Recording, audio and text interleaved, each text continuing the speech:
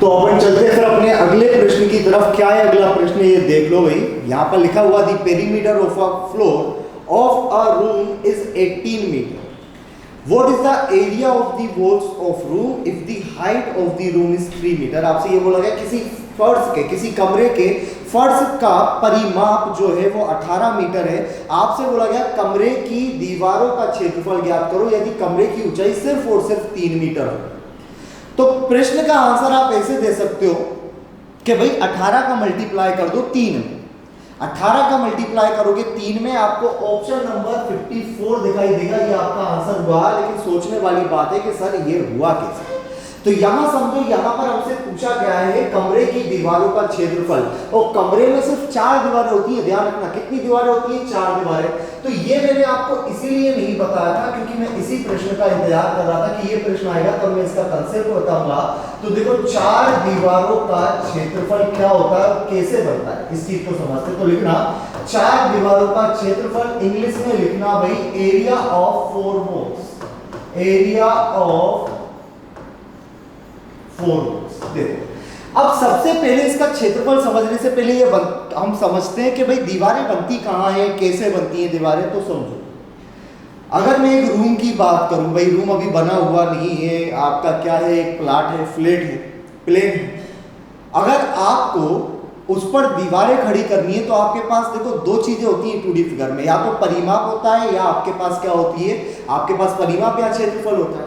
मैं अगर बोलूं कि आपको अगर दीवारें खड़ी करनी है तो क्षेत्रफल और परिमाप में से किस में से एक चीज पर आप दीवारें खड़ी करोगे, तो आपका आंसर होगा सर अगर ये एक आयताकार प्लाट हुआ तो ये इसके क्या हो जाएंगे, पिलर्स हो जाएंगे, ये इसकी बाउंड्री हो जाएगी। और अगर हमें दीवारें खड़ी करनी है तो हम इस बाउंड्री पर मतलब इसके पेरीमीटर पर क्या देंगे, पेरीमीटर पर हम दीवार बनाएंगे। अच्छा, पेरीमीटर पर दीवार कैसी बनेगी? आप इसके पेरीमीटर को आप एक हाइट दे दो, इसके पेरीमीटर को आप एक हाइट दे दो, एक दीवार बनी। यहां एक हाइट दे दो, दूसरी दीवार बनी। यहां एक हाइट दे दो, तीसरी दीवार बनी। इस तरह से जब आप किसी भी चीज के बेस के पेरीमीटर को, ध्यान से मेरी बात सुनना, किसी के भी आधार के परिमाप को जब आप ऊंचाई देते हो, आधार के परिमाप को जब आप ऊंचाई देते हो तो वो होता है आपका चारों दीवारों का क्षेत्रफल। तो चारों दीवारों का क्षेत्रफल दोस्तों और कुछ नहीं होता, बस ये होता है, लिख लेना इसको, चारों दीवारों का क्षेत्रफल बराबर में आधार का परिमाप। दीवारें कैसे बनाई आपने? पेरीमीटर को एक हाइट प्रदान की है भाई। आपके पास जो बाउंड्री थी उसको आपने उठा दिया, बन गई दीवार। तो हुआ क्या, सिर्फ इतना हुआ कि आपने परिमाप को एक ऊंचाई प्रदान करी। इसीलिए भाई इसका जो फॉर्मूला होता है वो होता है परिमाप इंटू ऊंचाई। क्लियर? किसी के भी लिए चाहे वो कुछ भी बेस क्यों ना हो, अगर ये मान लो कि नीचे अगर कैसी सतह हुई, हमारी सर्कल की सतह हुई, और उससे भी हमसे अगर पूछा गया है कि बताओ इसकी दीवार का क्षेत्रफल, तो गोल दीवार बनेगी। तो हम क्या करेंगे, सर्कल का क्या रखेंगे, हम सर्कल का परिमाप जो परिधि होती है 2πr और 1 से मल्टीप्लाई करेंगे। तो इसको लिख लेना area of 4 walls is equal to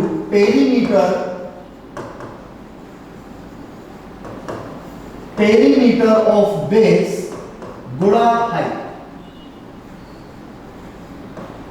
ठीक है भाई, ये लिखना है पेरीमीटर ऑफ बेस गुणा हाइट किसी के भी लिए।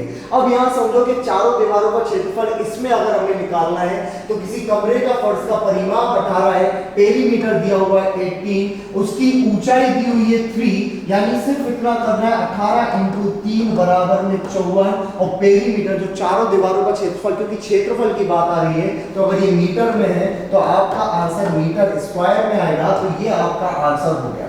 क्लियर? मान लो कि यहाँ पर हमें परिमाप नहीं दिया होता, पेरीमीटर हमें नहीं दिया होता इतना, सिर्फ हमें ये दिया होता कि यहाँ पर एक हमारे पास आयत है, और आयत की जो भुजाएं हैं, आयत की भुजाएं 3 सेंटीमीटर और 6 सेंटीमीटर है। मान लो लंबाई 3 सेंटीमीटर तथा चौड़ाई 6 सेंटीमीटर है। इसमें चारों दीवारों का क्षेत्रफल क्या होगा, इसकी चारों दीवारों का क्षेत्रफल क्या होगा, यदि दीवार की ऊंचाई, क्या बोलेगा, यदि दीवार की ऊंचाई हम मान लेते हैं 10, दीवार की ऊंचाई 10 मीटर हो, तो चारों दीवारों का क्षेत्रफल क्या होगा? तो आप क्या करोगे कि इसके परिमाप पर बनी जाएगी। तो सबसे पहले इसका परिमाप कितना होगा भाई? परिमाप कितना होगा इसका? ये हम कर लेते हैं 6 और ये हम कर लेते हैं कितना? 3 कर लेते हैं इसको। तो 3 3 6 6 6 12 मतलब 18 इसका परिमाप हुआ। 18 × 10 चारों दीवारों का क्षेत्रफल निकलेगा 180 मीटर का स्क्वायर। अच्छा, ये तो हुआ हमारे चारों दीवारों का क्षेत्रफल। क्या आप लोगों को ये चीज पता है कि चारों दीवारों के क्षेत्रफल को और किस किस नाम से जाना जाता है? लाइक 2D फिगर्स में तो ये चारों दीवारों का क्षेत्रफल ही है, लेकिन जब आप 3D फिगर्स की तरफ जाओगे तो इसी चीज को क्या बोलते हैं? यहाँ पर समझ लो, इसी चीज को बोलते हैं वक्र पृष्ठ का क्षेत्रफल। इसको लिख लेना, वक्र पृष्ठ का क्षेत्रफल और कुछ नहीं होता चारों दीवारों का क्षेत्रफल, या इसको पार्श्वीय पृष्ठ का क्षेत्रफल भी बोलते हैं। क्या बोलते हैं? पार्श्वीय पृष्ठ का क्षेत्रफल। ठीक है भाई, इसको इंग्लिश में लिखना है, इसको लिखते हैं कर्व्ड सरफेस एरिया CSA या फिर लेटरल सरफेस एरिया LSA, और मतलब एक ही है भाई। चारों दीवारों का क्षेत्रफल, चारों दीवारों का क्षेत्रफल ये आयत में बोला जाएगा। ये हम अगर उसमें देखेंगे घन और घनाभ, क्यूब और क्यूबॉइड में चारों दीवारों का क्षेत्रफल होगा। लेकिन जैसे सिलेंडर हुआ, कोन हुआ, सिलेंडर हुआ, स्फीयर हुआ, ये हमारी जो चीजें होंगी, मैं किसकी बात कर रहा हूँ? मैं बात कर रहा हूँ बेलन की, शंकु की, गोले की। तो उसमें इसको बोला जाएगा curved surface area. Curved surface area का मतलब सिर्फ इतना होता है कि आप बेस देख लो, आधार का परिमाप इंटू ऊंचाई। लाइक दिस, एक मैं आपको एग्जांपल भी देता हूं। वहां पर मान लो कि ये हमारे पास एक सर्कल है, ठीक है भाई। तो कर्व्ड सरफेस एरिया क्या होता है? कर्व्ड का मतलब होता है घुमा हुआ, वक्रीय, है ना, जो घूम रहा हो। ये हमारे पास एक बेलन है जिसके नीचे का जो सिरा होगा, जो आधार होगा, जो बेस होगा, वो क्या होगा? आधार बेस एक सर्कल के फॉर्म में होगा। क्लियर? अब यहां से जब आपसे पूछा जाता है ना वक्र पृष्ठ का क्षेत्रफल, तो दोस्तों आपसे पता है क्या पूछ रहा है? वो आपसे पूछा है कि बताओ ये जो घूमी हुई आकृति है ना पूरी, जैसे अगर इस मार्कर की बात करें और इस मार्कर में घूमी हुई आकृति, तो आप बोलोगे ये घूमी हुई आकृति। तो इसका जब क्षेत्रफल हमें ज्ञात करना हो तो आपको क्या करना होता है? वक्र पृष्ठ का क्षेत्रफल बराबर में आप बोलोगे पेरीमीटर ऑफ बेस। अब यहाँ पर बेस तो सर्कल है, सर्कल का पेरीमीटर मतलब इसकी परिधि क्या होती है भाई?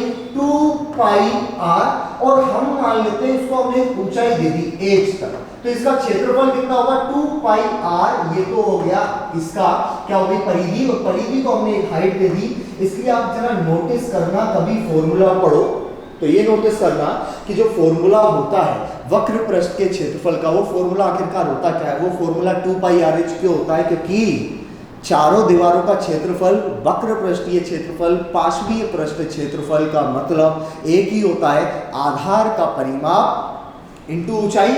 और अगर आयतन की बात करें तो बस आयतन का फॉर्मूला, इतना ध्यान रखो कि यहाँ आधार का परिमाप है ना, वहां होगा आधार का क्षेत्रफल इंटू ऊंचाई। ये फॉर्मूले बेसिक फॉर्मूले होते हैं, किसी के भी लिए लगा सकते हो। पर्टिकुलर अगर किसी फिगर का अगर आपको याद नहीं है फॉर्मूला क्या होगा, ये लगा दो, 100% आपका आंसर निकलेगा बिना फॉर्मूले रटे।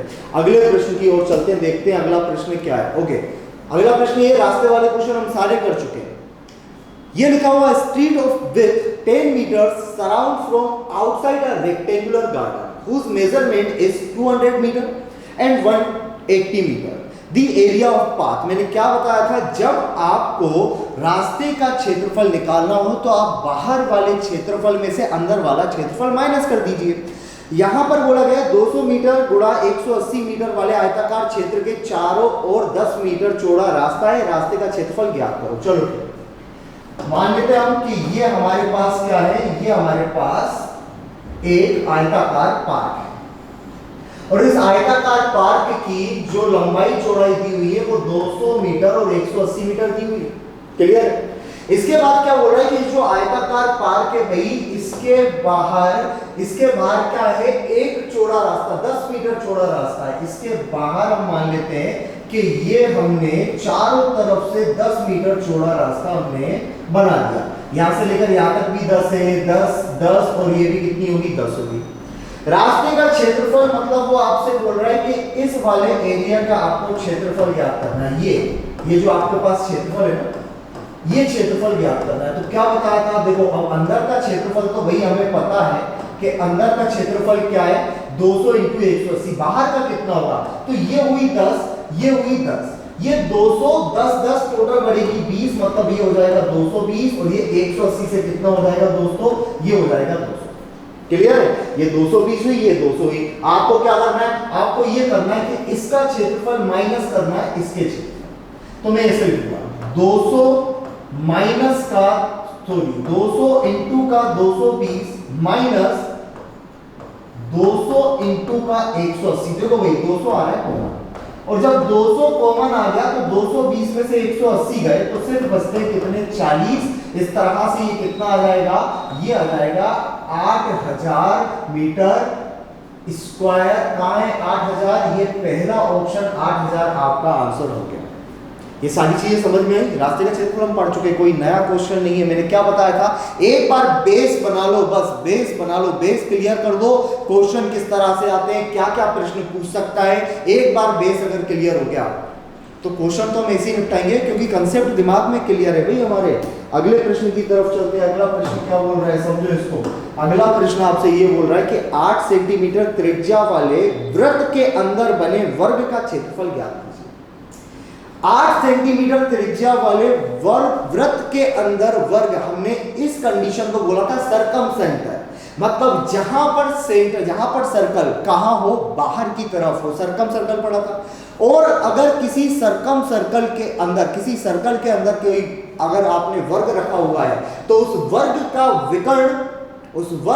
विकर्ण इस वृत्त के किसके बराबर होता है, डायगोनल के बराबर, मतलब व्यास के बराबर होता है। बड़े अच्छे से समझते हैं, समझिए। ये आपके पास रहा सर्कल, और इस सर्कल में ये आपने रख रखा है एक वर्ग, ठीक है भाई, इसी तरह से एक वर्ग रख रखा है। आपसे बोला जा रहा है कि इस वृत्त की जो त्रिज्या है 8 सेंटीमीटर है, रेडियस 8 सेंटीमीटर है, तो आप बोलोगे ये इसका केंद्र होगा, यहां से लेकर यहां तक की डिस्टेंस इसकी 8 होगी। अच्छा, यहां से लेकर यहां तक की इसकी अगर डिस्टेंस 8 हुई तो यहां से लेकर यहां तक की भी 8 होगी, तो ये टोटल कितना हो रहा है, ये 16 बना। और आप बोलोगे ये 16 जो है ना, ये इसका हो गया विकर्ण, और विकर्ण से यदि इसका एरिया निकालना है तो क्या करना पड़ता है, विकर्ण का करना पड़ता है स्क्वायर, डिवाइड करना पड़ता है 2 से, सीखा तो है हमने। तो भाई 16 को इस तरह लिख दो ना, 16 का स्क्वायर डिवाइडेड बाय 2 कितना होगा, 256 डिवाइडेड बाय 2 कितना हो गया भाई, 128। कहीं दिखाई दे रहा है, बिल्कुल दिखाई दे रहा है, तीसरा ऑप्शन आपका आंसर होगा। अगर आप सोच रहे हो सर ये तो बड़े नॉर्मल से क्वेश्चन हो रहा है, नॉर्मल से क्वेश्चन नहीं हो रहा है सर, ये क्वेश्चन इसीलिए नॉर्मल से हो रहा है क्योंकि आपने पूरा का पूरा बेसिक पढ़ रखा है, और अगर पूरा बेसिक पढ़ रखा है तो क्वेश्चन तो नॉर्मली सोल्व होंगे ना। तो ठीक है, अब हम अगले प्रश्न की तरफ बढ़ते हैं कि अगला प्रश्न क्या है। तो देख लो भाई अगला प्रश्न क्या है, और जरा अपने मानसिक स्तर से देख लो कि किस तरह से ये आप सोल्व कर सकते हो। नहीं, क्या फॉर्मेशन मैंने बताया था कि 3 चीजें होती हैं, दिया क्या है, निकालना क्या है और निकालेंगे कैसे, बस 3 चीज। दिया क्या है, निकालना क्या है, निकालेंगे कैसे, उस पर फोकस करना है। तो देखो यहां दिया हुआ है कि 5 सेंटीमीटर त्रिज्या वाले वृत्त के त्रिज्या खंड की लंबाई क्षेत्रफल ज्ञात करना है जो 3.5 सेंटीमीटर लंबाई वाले चाप द्वारा निर्मित किया गया है। क्वेश्चन क्या बोल रहा है आपसे, क्वेश्चन ये बोल रहा है कि भाई आपके पास एक वृत्त है, ठीक है भाई, और ये जो वृत्त है आपके पास, इसकी जो त्रिज्या है, क्या बोल रहा है, इसकी त्रिज्या है 5 सेंटीमीटर। ठीक है, हमने बोल दिया कि यहां से लेकर यहां तक और यहां से लेकर यहां तक इसकी त्रिज्या होगी कितने सेंटीमीटर, 5 सेंटीमीटर इसकी त्रिज्या होगी। और ये बोल रहा है हमसे कि 5 सेंटीमीटर त्रिज्या वाले वृत्त के त्रिज्या खंड का क्षेत्रफल ज्ञात करना है जो 3.5 सेंटीमीटर वाले 5 सेंटीमीटर लंबाई वाले चाप द्वारा निर्मित किया गया है। मतलब ये जो चाप है, ये जो चाप की आपको लंबाई दी गई है, ये आपको दिया गया है 3.5। अच्छा एक बात बताओ, यहां पर अगर समझ में आई होगी, ये होता है पूरा का पूरा क्षेत्रफल, क्लियर है, ये होती है चाप की लंबाई, और ये चाप की लंबाई जो होती है उसका भी कल मैंने फॉर्मूला आपको बताया था कि चाप की लंबाई बराबर क्या होता है, चाप की लंबाई होती है theta upon 360 into 2 pi and R. चाप की लंबाई इसी के बराबर होती है। हमें यहां से क्या पता पड़ेगा, हमें यहां से थीटा पता पड़ेगा, क्योंकि हमारे पास त्रिज्या तो है। अगर त्रिज्या के साथ साथ हमें यह भी पता पड़ जाए कि यहां पर एंगल कितने डिग्री का बन रहा है, तो हमें निकालना क्या है, हमें निकालना है भाई इसके सेक्टर का एरिया, मतलब थीटा बटे में 360 इंटू पाई आर स्क्वायर। यही तो चीज निकालनी है और आंसर लाना है हमें। चलो तो सोल्व करते हैं इसको, स्टार्ट करते हैं कि किस तरह से इसका आंसर आएगा। तो समझो, थीटा की वैल्यू हमें नहीं पता, तो ये रहा थीटा बटे में 360, ठीक है भाई। अब 2 पाई आर है, अब 2 पाई आर है, क्या लिखेंगे इसको, 2 पाई आर को आप क्या लिख सकते हो, यहां समझो 2 पाई आर, और ये कितना दिया हुआ है इसको भी लिख लेते हैं हम, बराबर में दिया हुआ है आपको 3.5। तो भाई यहां पर देखो 2r, 5 दूनी कितना हुआ, आप लिखो 10 इंटू पाई बराबर में 3.5, ये आपने लिखा यहां तक।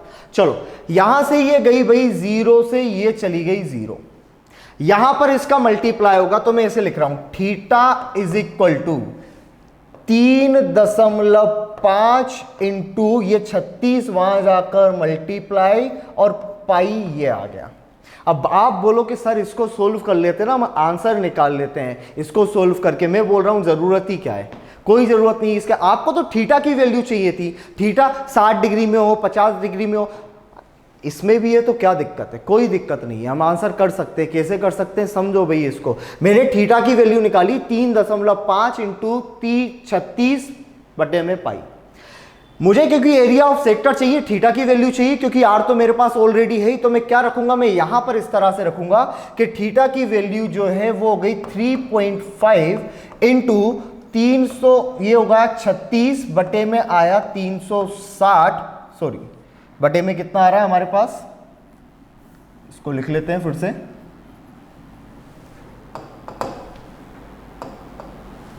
ये हमारे पास है 360, ठीक है, ये 360 है हमारे पास। यहां समझो मैं क्या लिख रहा हूं, 3.5 इंटू लिख रहा हूं 36 बटा पाई 360 इंटू पाई। आर का स्क्वायर चाहिए ना आपको, क्या आपके पास आर है, क्या आर बिल्कुल है, तो यहां लिख दो कितना 25। इसको लिखना है, सोल्व करना है, ये पाई से तो चला गया आपका पाई, ठीक है। ये जब जाएगा तो बटे में 1 और 0 यहां लगा सकते हो। 36 से कितनी बार गया भाई, ये 36 से एक बार चला गया। अब 36 से एक बार गया तो 25 से गया भाई ये 4 बार, और 4 से इसको डिवाइड कर सकते हो क्या, 4 से इसको डिवाइड करोगे तो देखो भाई 4 7 28, 4 8 32, 4 8 32, बचेगा कितना 3 पॉइंट, 4 7 28 और 35, 8.75 सेंटीमीटर स्क्वायर हो गया आपका आंसर। देखने में बड़े जटिल से क्वेश्चन नहीं है, एक लाइन का बड़ा जटिल क्वेश्चन, लेकिन हुआ क्या, बड़ा नॉर्मल सी चीज दी थी भाई, एरिया ऑफ सेक्टर दिया था, सॉरी पेरीमीटर ऑफ सेक्टर दिया था आपको, लेंथ की लंबाई दी थी, लेंथ की लंबाई अगर आपको दी थी, यहां की आर्क की लंबाई, आपसे पूछ रहा था बताओ एरिया कितना होगा, तो मैंने क्या बोला आपसे, आप सबसे पहले ये देखो कि दिया क्या है, उसके बाद ये देखो कि निकालना क्या है, जरूरत किसकी पड़ेगी, क्योंकि आर की जरूरत, आर हमारे पास है भाई, थीटा की वैल्यू नहीं है, तो थीटा की वैल्यू मैंने यहां से निकाली है, वहां पर पुट करिए जाकर, आंसर निकाला है बड़े सिंपल तरीके से, कितना निकल गया 8.75। आई होप कि ये वाला क्वेश्चन आप लोगों को समझ में आ गया हो। बस अंडरस्टैंडिंग बिठाते चलो क्वेश्चन में, वही 3 चीज फिर से रिपीट कर रहा हूं, दिया क्या है, निकालना क्या है, फिर फोकस करोगे निकलेगा कैसे। अगले पर चलते हैं भाई, ये त्रिभुज से रिलेटेड प्रश्न आ गया है, देख लेते हैं इसको भी कि क्या बोल रहा है ये प्रश्न हमसे बोल रहा है कि किसी त्रिभुज का आधार 15 सेंटीमीटर तथा ऊंचाई 12 सेंटीमीटर है। आधार और ऊंचाई दिए, यदि इसने क्षेत्रफल की बात की, अभी मैंने पूरा प्रश्न नहीं देखा, यदि इसने क्षेत्रफल की बात की है तो हम तो फॉर्मूला लगा देंगे 1/2 इंटू 15 इंटू 12, क्लियर है, क्योंकि ऊंचाई और वो दिए तो त्रिभुज का क्षेत्रफल तो होता ही है 1/2 आधार इंटू ऊंचाई। एक अन्य त्रिभुज की ऊंचाई ज्ञात करो जिसका क्षेत्रफल इस त्रिभुज के क्षेत्रफल का 2 गुना है। बहुत बढ़िया, यानी 15 इंटू 12 ही हो गया, बराबर में 1/2 20 रख देना, 10 रख देना, 15 इंटू 12 18 सेंटीमीटर इसका आंसर हो जाएगा, ठीक है, क्योंकि 15 12 180 होता है और हमें 10 से काटना है, समझो क्या कह रहा हूं मैं।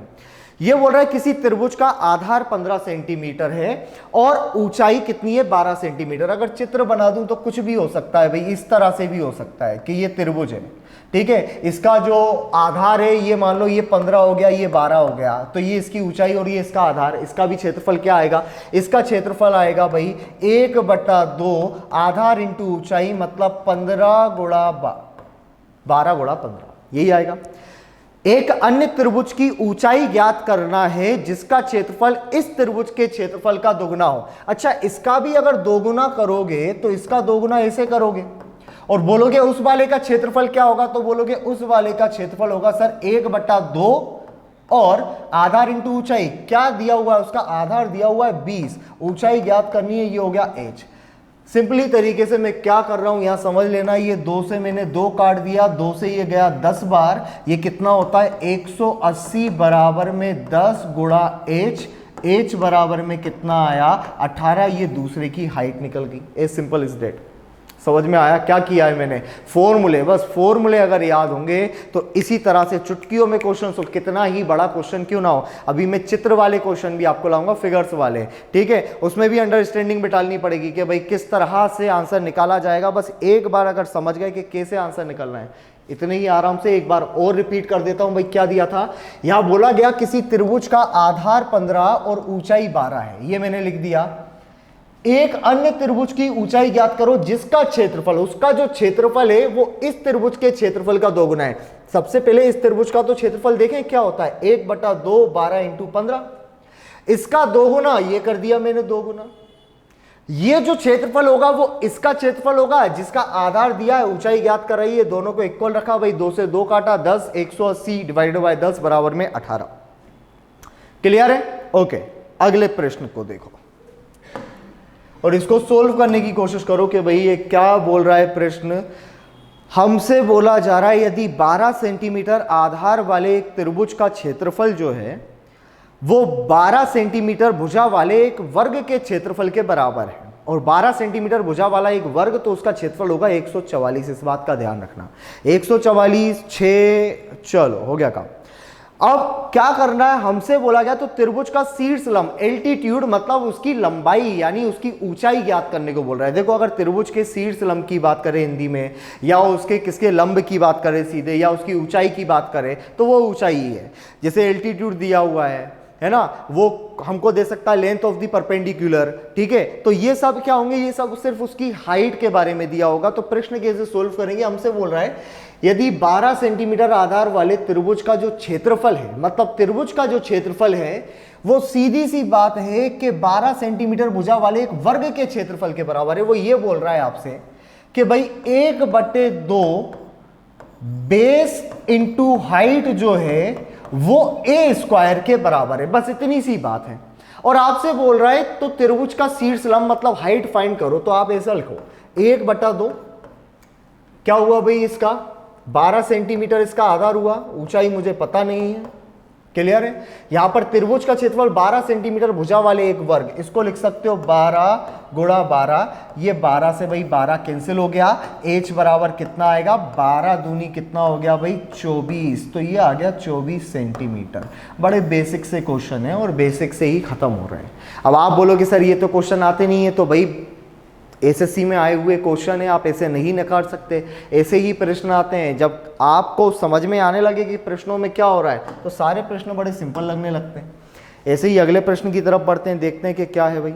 ओके, वेरी इंपॉर्टेंट क्वेश्चन, सबसे पहले तो इंपॉर्टेंट लगाओ इसको, बड़ा इंपॉर्टेंट प्रश्न है ये। क्या बोला जा रहा है कि एक त्रिभुज की भुजाएं 3 4 5 है। अब एक त्रिभुज की भुजाएं अगर 3 4 5 हैं, इसका मतलब ये एक समकोण त्रिभुज है सबसे पहली बात, क्योंकि 3 4 और 5 एक समकोण त्रिभुज की 3 भुजाओं को प्रदर्शित करती है। फर्स्ट ऑफ ऑल आप क्या याद कर लेना, आप इनके याद कर लेना, जो एक त्रिभुज होती है उनकी जो तीनों भुजाओं के अनुपात होते हैं, कुछ स्पेशल अनुपात, वो आप याद कर लेना। इस त्रिभुज की भुजाओं के मध्य बिंदुओं को मिलाने से बने त्रिभुज का क्षेत्रफल ज्ञात कीजिए। ओके, देखो एक तो ये समकोण त्रिभुज इस तरह का, यहां पर एंगल जो बन रहा होगा वो बन रहा होगा 90 डिग्री। ये आपसे बोल रहा है भाई अगर ये 3 है, ये 4 है और ये 5 है, इसके अगर मैं मध्य बिंदुओं को मिलाऊं, किसको मिलाऊं मैं, इसके अगर मध्य बिंदुओं को, इनको, इसको और इसको अगर मिला दूं तो यहां पर एक त्रिभुज और बनता है, और इस त्रिभुज का एरिया कितना होगा। तो बड़ी सिंपल सी बात है, आप मुझे एक बात बताओ, ये जब पूरे त्रिभुज की अगर बात करेंगे और त्रिभुज से जब आपने बीच के पॉइंट मिला दिए तो एक त्रिभुज के आपने कितने त्रिभुज बनाए, आप बोलोगे 1 2 3 और 4, त्रिभुज की संख्या 4। लेकिन आपसे पूछा किसके बारे में जा रहा है, सिर्फ किसका एरिया, तो आप बोलोगे 4 में से सिर्फ एक का एरिया पूछा जा रहा है सर। अच्छा, 4 में से एक का एरिया पूछा जा रहा है, तो किसका किसका, इस पूरे में से 4 हिस्से में से एक का। तो क्या मैं ये बोल सकता हूं, अगर मैं इसको नाम दे दूं इधर, अगर मैं इसको नाम दूं ए बी और सी, और इसको मैं नाम दे दूं भाई पी क्यू और आर, तो मैं ये बोल सकता हूं क्या, area of triangle P Q R is equal to 1/4 of area of triangle A B C. कि सर 1/4 क्यों कर रहे हो, तो अभी बताया, इसके जब आपने मिड पॉइंट मिलाए तो आपने क्या किया, इस त्रिभुज को 4 भागों में तोड़ दिया, और 4 भागों में तोड़ने के बाद सिर्फ इसका तो एरिया मांग रहे हो सर आप, और इसका एरिया मांग रहे हो, तो कितना, 4 भाग में से एक भाग। वही बात के इसको कैसे प्रदर्शित करते हैं ये तो आपको आना चाहिए, फ्रैक्शन में, फ्रैक्शन निकालना। 4 में से एक भाग, वो रहा 4 में से एक भाग। ए बी और सी का अगर आपको एरिया चाहिए, त्रिभुज ए बी सी का अगर आपको एरिया चाहिए, तो आप बोलोगे त्रिभुज ए बी सी का एरिया होगा, ये इसकी लंबाई है और ये इसका आधार है, तो आप बोल दो कि 1/2 आधार इंटू ऊंचाई, और इसका भी मुझे ज्ञात करना है कितना, मुझे इसका ज्ञात करना है कितना भाई, 1/4। ये 4 से चला गया 4 और बचा कितना भाई, 3/2। आंसर में 3/2 दिखाई दे रहा है, बिल्कुल दिखाई दे रहा है 3/2, ये आपका आंसर हो गया। तो समझ लो, इस प्रकार का जब भी कोई प्रश्न आएगा कि भाई आपने मिड पॉइंट मिला दिया, और अगर मिड पॉइंट आपने मिला दिया है उसका, और अगर मिड पॉइंट मिलाने के बाद जो त्रिभुज बन रहा है और आपसे बोले कि भाई इस त्रिभुज का क्षेत्रफल बताओ, सिर्फ इसी त्रिभुज का क्षेत्रफल बताओ, तो आप बोल देना कि टोटल का 1/4 कर दो। ज्यादा दिमाग चलाने की जरूरत है नहीं हमें, क्योंकि हमें पता है जब आपने बीच वाला हिस्सा लिया तो आपने सिर्फ 4 टुकड़े करके एक टुकड़े लेने की बात कर रहे हो, तो 1/4 और एरिया ऑफ ABC ये आपका आंसर होगा। क्लियर है भाई, समझ में आ गया। तो इस पर इंपॉर्टेंट इसीलिए मैंने डाला था क्योंकि ये मध्य बिंदुओं से रिलेटेड प्रश्न था। अगले पर चलते हैं अपन कि भाई अगला प्रश्न किसके बारे में है। ओके, 2 सेकंड का काम नहीं है इसमें। क्या बोल रहा है, किसी समबाहु त्रिभुज के परिवृत्त त्रिज्या 8 सेंटीमीटर है, the circumradius of an equilateral triangle is 8 centimetre, then radius inradius of the triangle is. कल मैंने बताया था कि अंतःवृत्त और बाह्य वृत्त की जो त्रिज्या होती है एक सर्कल में, उनके बीच का अनुपात 2:1 होता है। ये बाह्य वृत्त की त्रिज्या का अनुपात, ये अंतःवृत्त की त्रिज्या का अनुपात। ये आपका सर्कम सर्कल का बताया था मैंने, और ये आपका इनर सर्कल का बताया था। तो एक बात बताओ, आपको दिया क्या है, परिवृत्त। परिवृत्त का मतलब भी क्या होता है, बाह्य वृत्त। मतलब ये 2 पार्ट की वैल्यू आपको 8 दी है। अब 2 की 8 है तो 1 की कितनी होगी भाई, 4 होगी। कहीं पर दिखाई दे रहा है, बिल्कुल दिखाई दे रहा है। सोल्व ही नहीं करना है ना, इसलिए तो कल रेशियो मैंने आपको पहले ही बता दिए थे कि इस तरह से रेशियो बनेंगे, और रेशियो एक बार बनाओगे। और मैंने एक स्क्वायर में भी बताया था कि स्क्वायर में भाई √2 और 1 होता है। √2 1 यही सर्कम सर्कल और इनर सर्कल का √2 और कितना होता है, 1 होता है। अगर इसकी वैल्यू आपको कितनी दे दी जाए, 4√2, और इसकी पूछे तो √2 से √2 कट जाएगा, 1 की वैल्यू कितनी आएगी, 4 आएगी। इस बात का ध्यान रखना, बड़ी इंपॉर्टेंट चीजें हैं ये। छोटी छोटी चीजें ही हैं जो आगे के बड़े बड़े प्रश्नों को बड़ा नॉर्मल कर देंगी। ठीक है, तो इस बात का ध्यान रखो जरा। चलो अगली बात क्या बोला गया है, 3 coins of same size. Coins कैसे रहते हैं, सर्कल के आकार के रहते हैं। 1 सेंटीमीटर त्रिज्या वाले 3 बराबर सिक्के एक दूसरे को स्पर्श करते हुए मेज पर रखे हैं। चलो ठीक है, रख देते हैं। मान लो ये एक सर्कल है, ठीक है, यहां पर ये दूसरा सर्कल इसको छूते हुए रखा है, सेम है, समान है। अब तीसरा कहां रखूं कि इन दोनों को ही स्पर्श करे तीसरा। अगर तीसरा मैं यहां पर रखता हूं तो ये सिर्फ इसको स्पर्श करेगा, अगर यहां रखता हूं तो सिर्फ इसको स्पर्श करेगा। तो तीनों को जो टच करें एक दूसरे को, तो आप बोल दो तीसरा आप इस तरह से बनाओ। अच्छा, यह भी बोला गया है कि 1 सेंटीमीटर त्रिज्या वाले 3 बराबर सिक्के, मतलब इनकी त्रिज्या यहां से लेकर यहां तक की जो डिस्टेंस है, जो डिस्टेंस यहां से लेकर यहां तक की है, इसकी भी 1 और इसकी भी कितनी है 1। अच्छा, मैं यहां पर ये बोल दूं क्या, इसकी त्रिज्या, जैसे इसका सेंटर अगर यहां मान लो तो इसकी त्रिज्या कहीं पर भी हो सकती है, लेकिन मैं इसकी त्रिज्या ये मान लूं क्या, यहां पर होगी तो भी 1 होगी। इसकी त्रिज्या अगर इस साइड में हुई तो भी कितनी होगी, 1 होगी। आपसे बोला जा रहा है कि सिक्के द्वारा घिरा क्षेत्रफल ज्ञात कीजिए। मतलब कौन सा क्षेत्रफल, इस वाले क्षेत्रफल की बात कर रहा है। ये जो छोटा सा क्षेत्रफल आपको दिखाई दे रहा है सिक्के के द्वारा, इन क्षेत्र का क्षेत्रफल ज्ञात करना है। करेंगे कैसे, समझो। मैं इसको मिला देता हूं, यहां से यहां तक की अगर त्रिज्या है तो यहां से यहां तक की भी त्रिज्या होगी 1, यहां से यहां तक की त्रिज्या भी होगी 1। इस तरह से क्या हो जाएगा दोस्तों, इस तरह से ये मेरे ख्याल से क्या बन गया, आप मुझे बता सकते हो कि इस तरह से ये एक ट्राइंगल बन गया। और ट्राइंगल की जो भुजाएं होंगी ना वो कितनी होंगी भाई, ट्राइंगल की ये भुजा भी कितनी हो गई, टोटल 2, ये भी हो गई 2 और ये भी हो गई 2। इसका मतलब ये कौन सा ट्राइंगल हो गया, ये ट्राइंगल हो गया समबाहु, मतलब इक्विलेटरल ट्राइंगल ये हो गया भाई। अब इक्विलेटरल ट्राइंगल हो गया तो इतना तो पड़ गया कि एक इक्विलेटरल ट्राइंगल में 3 गोलों के कुछ भाग रखे हुए हैं, और अगर मैं इनको निकाल लेता हूं तो ये ब्लैक ब्लैक पोर्शन मेरे को मिल जाएगा। क्योंकि एक समबाहु त्रिभुज की तीनों भुजाएं समान होती हैं तो उसके तीनों कोण भी समान होना चाहिए। इसका मतलब अगर यहां पे भी कितना डिग्री का कोण बन रहा होगा, 60 डिग्री का, यहां पर भी कितने डिग्री का कोण बन रहा होगा, 60 डिग्री का, और यहां पर भी कितने डिग्री का कोण बन रहा होगा, 60 डिग्री का। तो दोस्तों मैं ये आपसे बोल सकता हूं क्या, ये और कुछ नहीं, ये एरिया ऑफ सेक्टर है। एक किसका, एक वृत्त का एरिया ऑफ सेक्टर है जिसकी त्रिज्या 1 सेंटीमीटर है। सेम यहां पर, सेम यहां पर, मतलब कुछ नहीं है। इसका अगर आपको एरिया फाइंड करना है तो समबाहु त्रिभुज के क्षेत्रफल में से 3 एक समान एरिया ऑफ सेक्टर माइनस कर दो। यही बात समझ में आ रही है ना। समबाहु त्रिभुज के क्षेत्रफल में से 3 एक समान क्या ज्ञात कर दो, 3 एक समान एरिया ऑफ सेक्टर, त्रिज्या खंड का क्षेत्रफल आप माइनस कर दो। बस यही लिख रहा हूं मैं तो, समबाहु का क्षेत्रफल इसमें से माइनस करूंगा। इसमें से क्या माइनस कर दूं मैं, 3 इंटू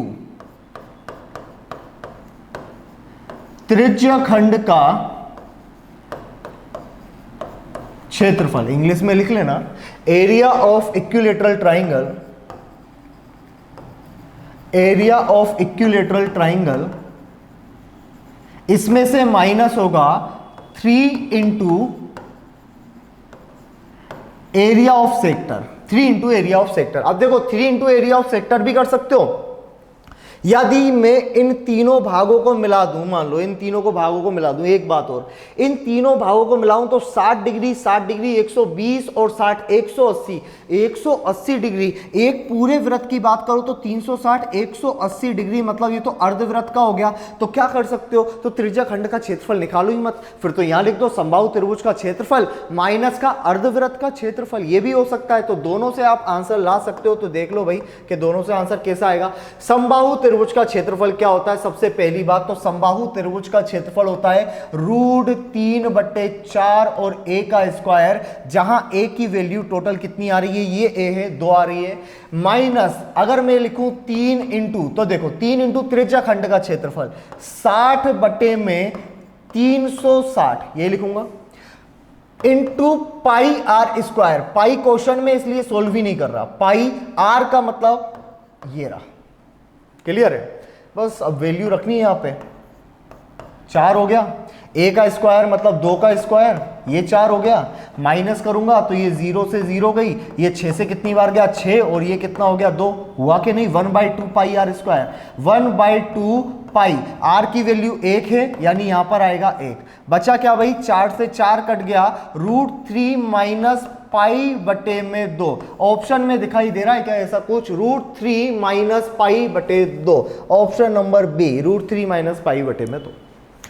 अगर इसके बाद इस तरह का प्रश्न किसी भी बुक में आपको मिल जाए कि भाई 3 सिक्के हैं, और अगर 4 सिक्के वाला तो हम देख चुके हैं, 4 सिक्के वाला तो हम देख चुके हैं ना भाई, इस तरह का अगर कोई फिगर आपको दिखाई दे, ये मैंने बताया था आपको, ये फिगर के बारे में बात की थी हमने, वर्ग के क्षेत्रफल में से एक वर्ग के क्षेत्रफल में से टोटल क्या कर देना, टोटल आप एक किसका क्षेत्रफल माइनस कर देना, वृत्त का क्षेत्रफल माइनस कर देना, क्योंकि अगर ये चार वृत्त अगर मिलाकर रखोगे तो आकृति कुछ ऐसी बनेगी, और उनकी जो त्रिज्याएं होंगी ना, जिनको आप त्रिज्याओं को मिलाओगे तो ये इनकी त्रिज्या ही तो है, और इनकी त्रिज्या अगर एक समान है तो ये वर्ग का फॉर्मेशन बनाती है। तो वर्ग के क्षेत्रफल में से इसकी त्रिज्या खंड का क्षेत्रफल 90 90 90 90 360, मतलब एक पूरा का पूरा वृत्त का क्षेत्रफल माइनस करना है। तो ये चीज भी हम पढ़ चुके हैं भाई, क्लियर है। यहां पर अगला प्रश्न लगा दूं स्लाइड, तो देख लो भाई अगला प्रश्न क्या है, इसको सोल्व करें, आप कोशिश करें, दिमाग लगाएं थोड़ा सा कि क्या होगा इस प्रश्न में। 120 सेंटीमीटर परिमाप वाले वर्ग में बने बड़े से बड़े वृत्त का क्षेत्रफल, वर्ग के बारे में जानकारी दी है, और वर्ग के बारे में जो आपको जानकारी दी है वो दिया हुआ है उसका परिमाप, और उसकी भुजा होगी 30, मैंने बताया था ना 4 से डिवाइड कर देना। अब उस वर्ग में अगर बड़े से बड़ा में वृत्त का क्षेत्रफल, तो फिर वही चीज दिया क्या है, निकालना क्या है, वृत्त का क्षेत्रफल क्या होता है, पाई आर स्क्वायर, क्या लगेगी, आर लगेगी। कहां से लगाओगे आर, कहां से लाओगे आर, तो आप बोल देना, क्योंकि हमने पढ़ा हुआ है जब एक वृत्त किसी वर्ग के अंदर हो, जब कोई वृत्त किसी वर्ग के अंदर, सर्कल किसके अंदर हो भाई, स्क्वायर के अंदर हो, तो जो सर्कल की रेडियस होती है, वृत्त की त्रिज्या जो होती है, वो स्क्वायर की साइड की आधी होती है। तो स्क्वायर की साइड तो 30 निकल रही है ना, तो सर्कल की त्रिज्या, सर्कल की रेडियस कितनी होगी, 15, और 15 होगी तो पाई 15/2 का स्क्वायर, और पाई की वैल्यू 22/7 होती है, 22/7 15/2 का स्क्वायर। सी वाला ऑप्शन यहां दिखाई दे रहा है, ये हो गया आपका आंसर।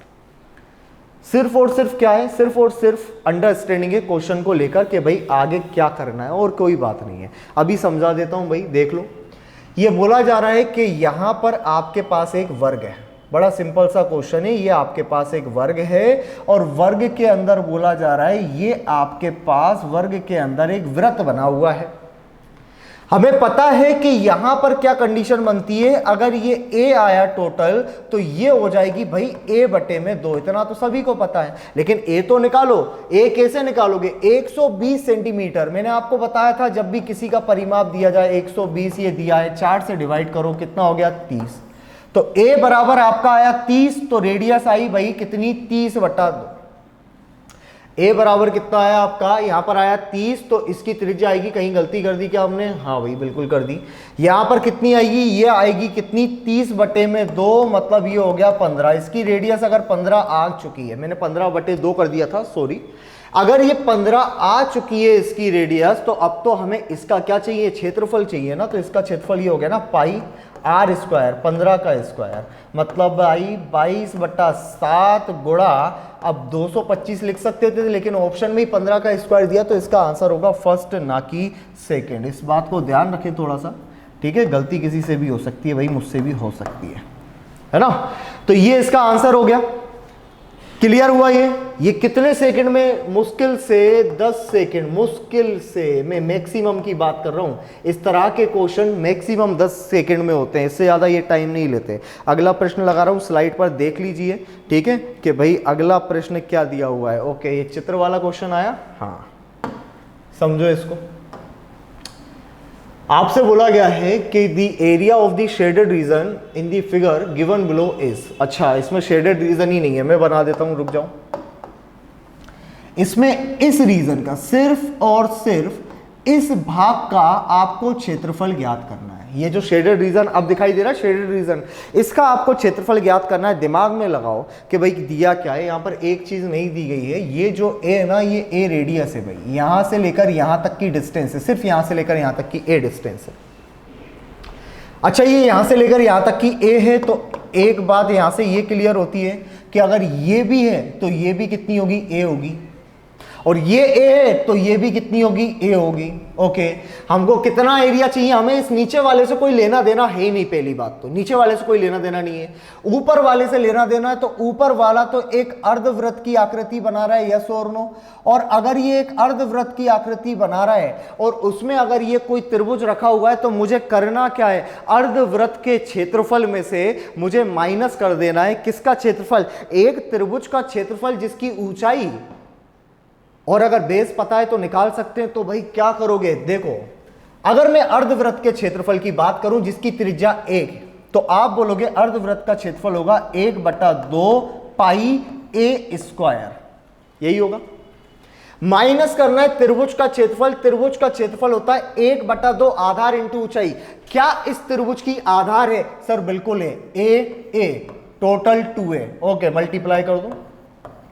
क्या इसमें ऊंचाई है, भाई बिल्कुल है, कितनी है, ए है, मल्टीप्लाई कर दो। क्लियर हुआ, बस इसको सोल्व करना है हमें। ये 2 से ये 2 हो गया भाई, 2 से 2 उड़ गया यहां पर। ये कितना हो रहा है, पाई ए स्क्वायर डिवाइडेड बाय 2 माइनस का ए स्क्वायर। अब ऐसा कुछ है नहीं यहां पर, तो क्या कॉमन ले सकते हो, यहां पर हम ले सकते हैं ए स्क्वायर कॉमन। और अगर ए स्क्वायर हम कॉमन ले लें इधर से तो हमारे पास क्या बचा, पाई बटे में 2 और माइनस का 1। क्या इस तरह का फॉर्मेशन कहीं दिखाई दे रहा है, पाई बटे में 2 माइनस 1, बिल्कुल ये दिखाई दे रहा है, ए स्क्वायर पाई बटा 2 माइनस का 1। तो ये आपका आंसर हो गया। अब चित्र था, समझना था, सारी चीजें समझ तो चुके हैं, बड़ा सिंपल सा क्वेश्चन है, सिंपल तरीके से सोल्व करना है। अभी तो मैं आपको और आगे आगे बहुत सारी चीजें बताऊंगा, दिखाऊंगा कि किस तरह से उनके आंसर निकाले जाते हैं। क्लियर है, तो यहाँ तक अगर क्लियर है तो मैं अगला प्रश्न लगा देता हूँ। भाई क्या किया एक बार और समझो, क्योंकि नीचे वाला हिस्सा बिल्कुल काम का नहीं था। सिर्फ अगर ये चित्र मुझे इतना भी दे दिया जाता ना, अगर मुझे ये चित्र सिर्फ इतना बना के दे देते, ये नीचे वाला हिस्सा देते ही ना, तो भी मेरा काम चल जाता। अगर ऐसा भी कोई चित्र होता तो ये ध्यान रखना कि इस तरह का भी चित्र अगर आपके पास आ जाए और आपसे बोले कि यहाँ पर जो शेडेड रीजन है ये वाला, इसका एरिया ज्ञात करो, तो सेम होगा अर्धवृत्त के क्षेत्रफल में से इस किसका, इस ट्राइंगल का, इस त्रिभुज का क्षेत्रफल बस माइनस कर देना। तो अगला प्रश्न ये देख लो। ओके, क्या बोल रहा है अगला प्रश्न, समझ लेते हैं। यहां पर आपसे बोला जा रहा है यदि किसी वृत्त की त्रिज्या को 1 सेंटीमीटर बढ़ा दिया जाए, कोई एक वृत्त है उसकी त्रिज्या को अगर मैं 1 सेंटीमीटर बढ़ा दूं तो उसका क्षेत्रफल 22 सेंटीमीटर बढ़ जाता है। The area of circle is increased by 22 centimetre square if its radius is increased by 1 centimetre, the original radius of the circle is. तो वृत्त की वास्तविक त्रिज्या ज्ञात करो। ओके, समझो, मान लो यहां पर ये एक वृत्त है और इस वृत्त की त्रिज्या होगी r। यहां पर एक और सर्कल है, या फिर हम ये मान लेते कि इसका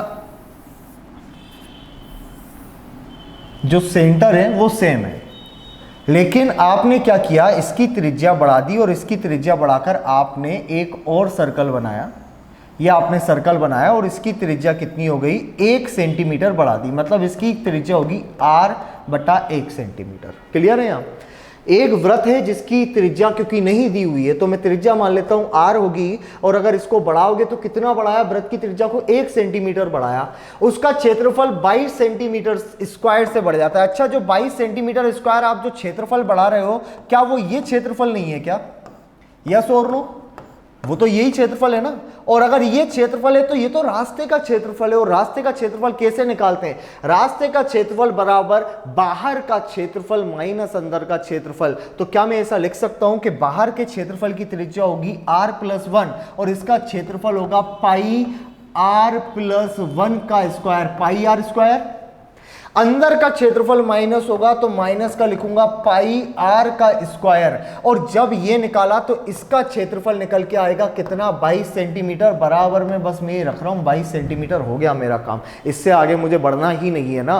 क्या बोला कि त्रिज्या को जब 1 सेंटीमीटर आपने बढ़ा दिया तो उसका क्षेत्रफल 22 सेंटीमीटर स्क्वायर से बढ़ गया। पहले तो इतना ही क्षेत्रफल था, त्रिज्या 1 से बढ़ाई, क्षेत्रफल 22 बढ़ा, रास्ते का क्षेत्रफल है, पढ़ रखा है हमने, बाहर का क्षेत्रफल माइनस अंदर का क्षेत्रफल, करना क्या है, पाई ले लो कॉमन।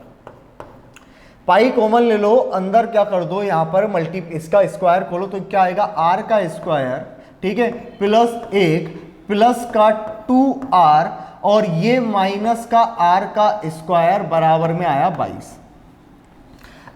इसकी वैल्यू हम रख सकते हैं 22/7। आर स्क्वायर से भाई आर स्क्वायर हो गया कैंसिल, यहां कितना आया 1 + 2r बराबर में 22, ये 22 से 22 कट गया, r उधर चला जाएगा तो 1 + 2r बराबर में कितना आएगा 7 आएगा।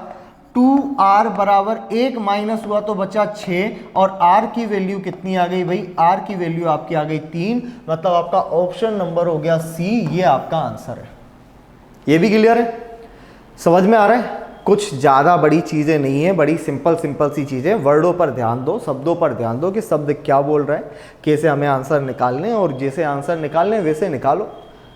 यहाँ तक समझ में आ गया क्या? ओके, अगला प्रश्न, इसका आंसर आप निकालें कि भाई इसका आंसर क्या होगा। 148 सेंटीमीटर लंबे और 14 सेंटीमीटर चौड़े आयत में खींचे गए बड़े से बड़े वृत्त का क्षेत्रफल। मैंने बताया था ना, जब एक आयत में एक वृत्त रखोगे तो वृत्त की जो त्रिज्या होगी वो आयत की छोटी भुजा के आधे के बराबर होगी, और छोटी भुजा 14 है तो आधा होगा 7, और अगर 7 है तो याद किया हो तो 154 आंसर। इससे ज्यादा और क्या सिंपल कर दूं अब मैं, आप खुद बताओ। मैंने आपको बताया था जब एक आयत के अंदर आप एक वृत्त को रखते हो तो वो सिर्फ इस कंडीशन में रखा जा सकता है जहां पर इसका व्यास जो होगा उसकी इस भुजा के बराबर होगा, और इस भुजा का जो आधा होगा वो इसकी त्रिज्या होगी, और ये भुजा तो छोटी होगी ना, चाहे इसको ऐसे ही क्यों ना ले लो तो भी ये तो आयत ही है ना। और अगर आपने ऐसा ले लिया तो क्या इसको रोटेट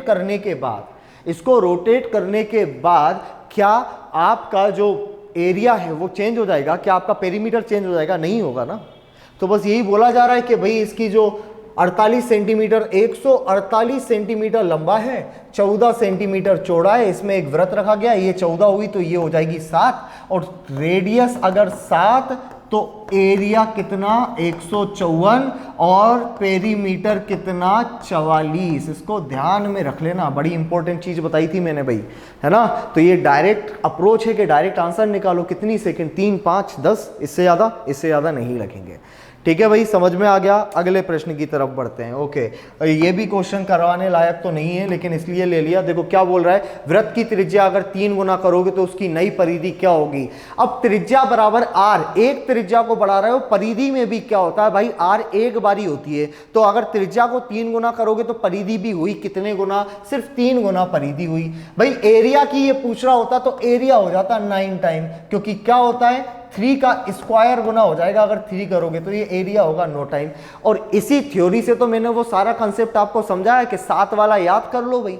अब 7 वाला याद करोगे तो फायदे में इस तरह से रहोगे कि यहां पर मान लो कि इस तरह से आई 28 सेंटीमीटर त्रिज्या है, तो बताओ उसका एरिया कितना होगा। तो आप बोल देना 28 को मैं ले सकता हूं 7 × 4, और अगर ये 7 का 4 गुना है तो एरिया 7 का होता है कितना 154, और ये कितना गुना हो जाएगा 4 चौके 16 गुना हो जाएगा। इससे ज़्यादा तो कुछ हो ही नहीं। 240 2464 आंसर हो गया। 16 15 240 ही होता है ना, 16 एकम 16 160, 16 पंजे 80 240, तो 2400 में 64 जोड़ो, आंसर लाओ। इतना क्लियर है भाई। चलो तो अगले प्रश्न की तरफ जरा बढ़ लेते हैं कि क्या बोल रहा है अगला प्रश्न। ओके, नेक्स्ट क्वेश्चन आपके सामने ये है कि the area between 2 concentric circles, मतलब ऐसे दो वृत्त जिनके जो सेंटर हो वो एक ही हो, दो संकेंद्री वृत्त हो, मतलब ऐसे वृत्त जिनका केंद्र एक ही है, जो अभी हमने बनाया था रास्ते वाला। वृत्तों की परिधियों के बीच का क्षेत्रफल, परिधियों के बीच का क्षेत्रफल मतलब वो रास्ते का ही क्षेत्रफल की बात कर रहा है। बीच का क्षेत्रफल 16 पाई सेंटीमीटर स्क्वायर है। यदि उनकी त्रिज्याओं का अनुपात 5:3 हो तो बाहरी वृत्त का क्षेत्रफल, बाएं वृत्त का क्षेत्रफल क्या होगा। The area between 2 concentric circles is 16 pi centimetre square.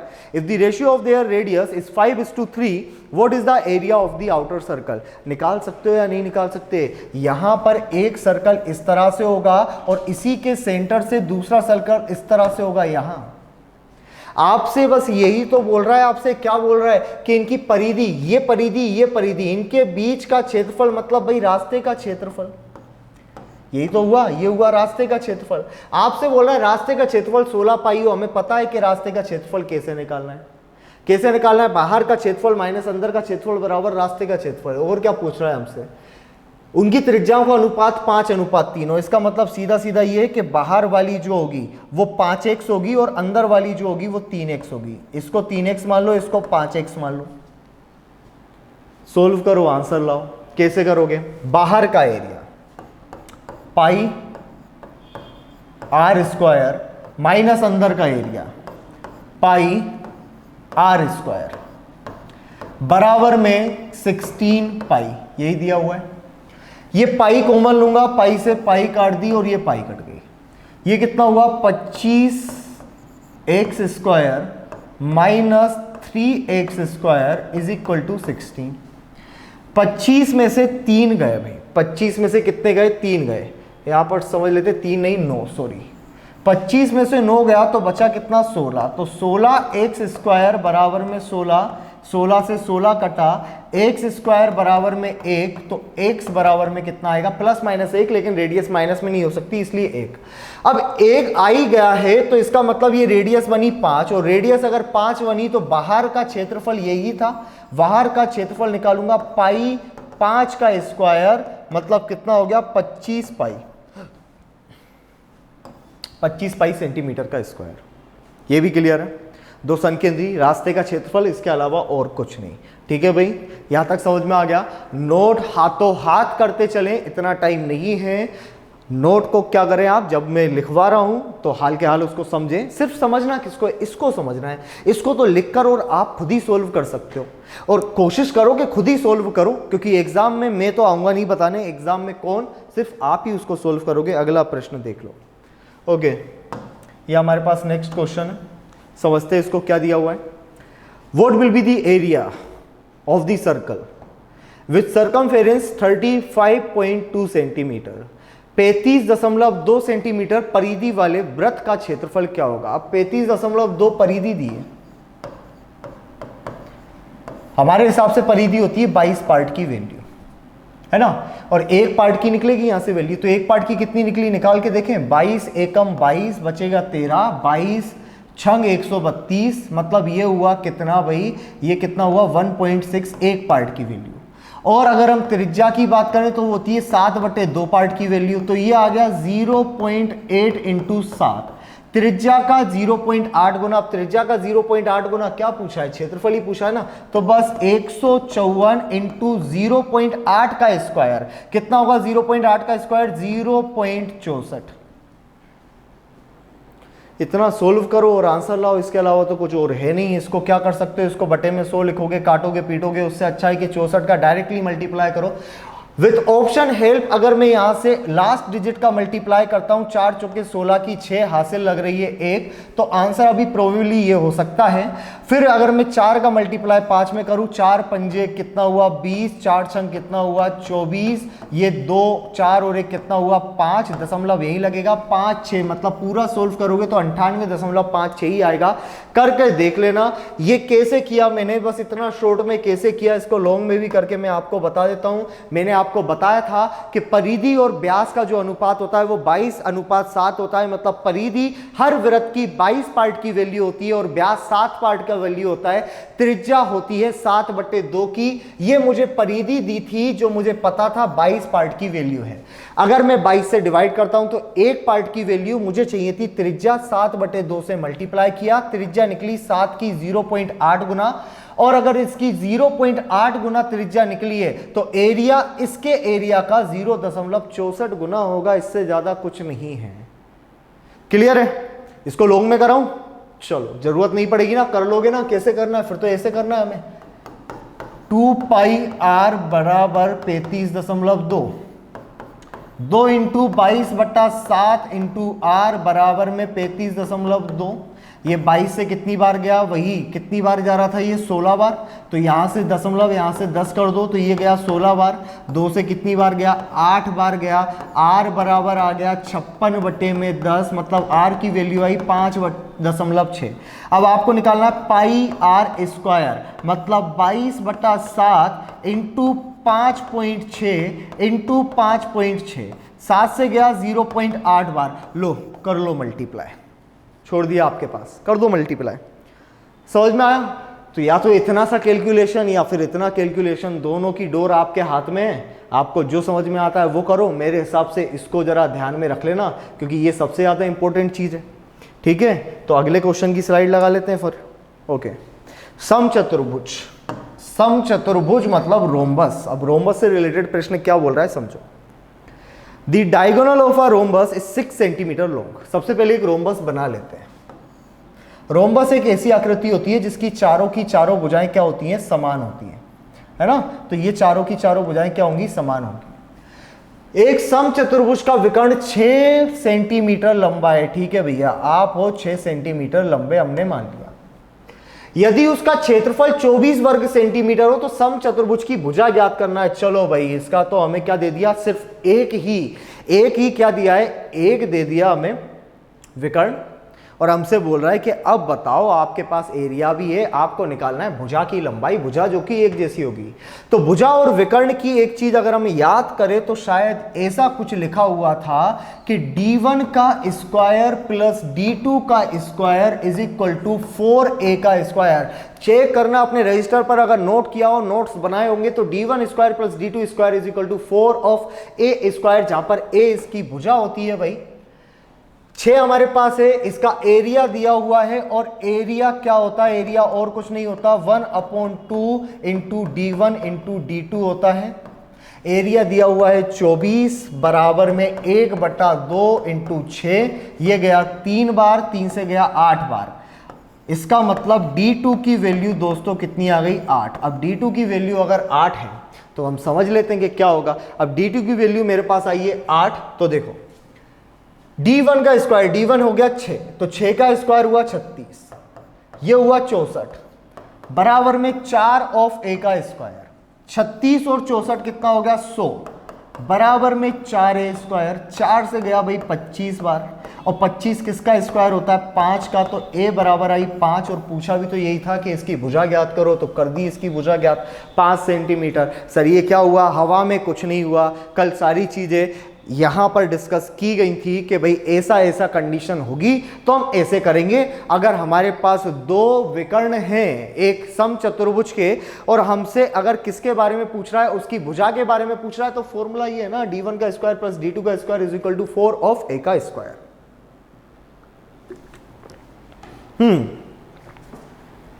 ये चीज क्लियर होगी।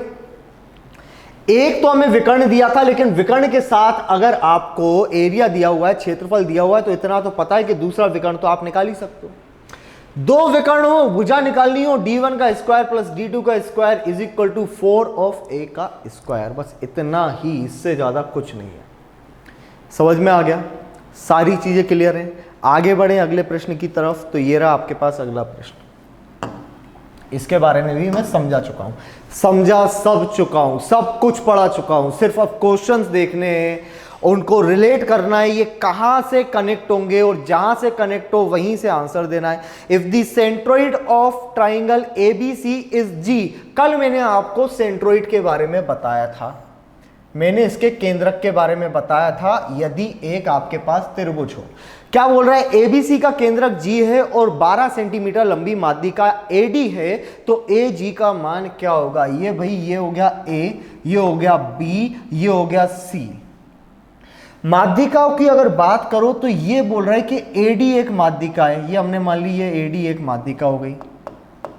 इसके बाद बोल रहा है इसका जो सेंटर है वो है G, ये हमने बोल दिया ठीक है भाई G है।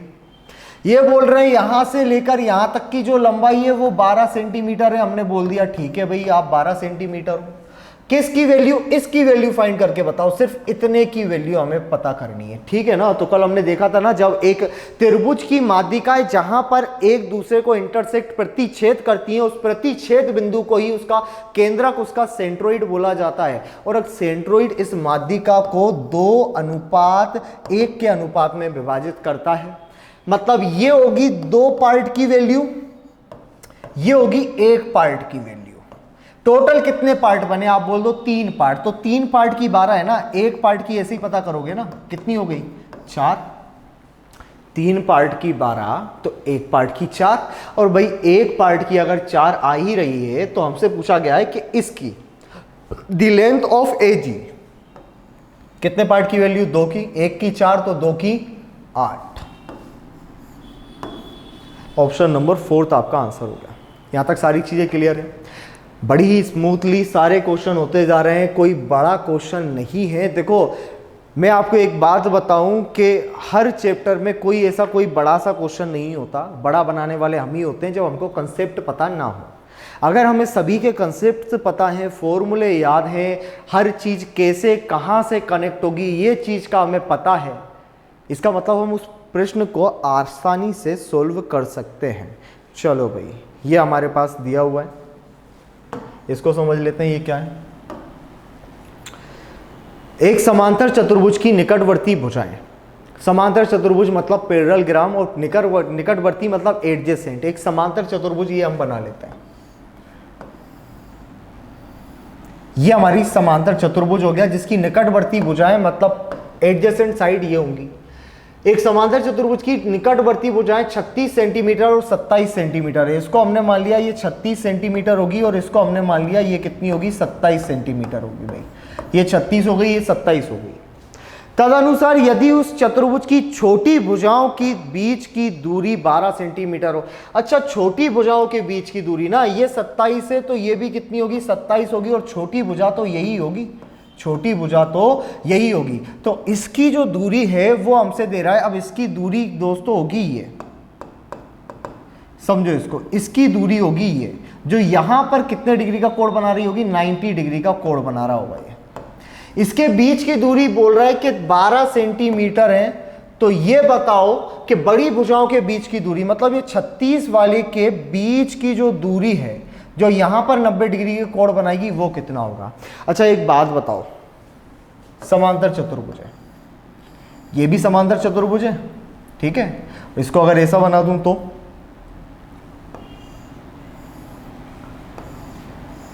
क्या ये समांतर चतुर्भुज नहीं है क्या, ये भी तो समांतर चतुर्भुज ही है ना। और देखो अगर ये समांतर चतुर्भुज है तो एक बात बताओ, जैसे मान लो कि ये मैं अगर इसको बोल दूं कि ये 12 सेंटीमीटर है और इसको मैं बोल दूं कि ये 8 सेंटीमीटर है, तो मैं यहां पर ये बोल सकता हूं 8 सेंटीमीटर यहां पर आ गई और 12 सेंटीमीटर यहां आ गई। यहां पर ये इसकी हो गई क्या हाइट, और यहां पर ये क्या हो गई इसकी हाइट हो गई। इसका अगर एरिया निकालना तो एरिया आपने क्या बोला, एरिया आपने बोला बेस इंटू हाइट। क्या बोला आपने, एरिया बेस इंटू हाइट। तो आप इसका एरिया भी क्या बोलोगे, इसका एरिया भी आप बोलोगे बेस गुणा हाइट। क्लियर है ना, क्योंकि ये भी क्या है हमारे पास पैरेललोग्राम है, और पैरेललोग्राम है तो एरिया तो यही होना चाहिए।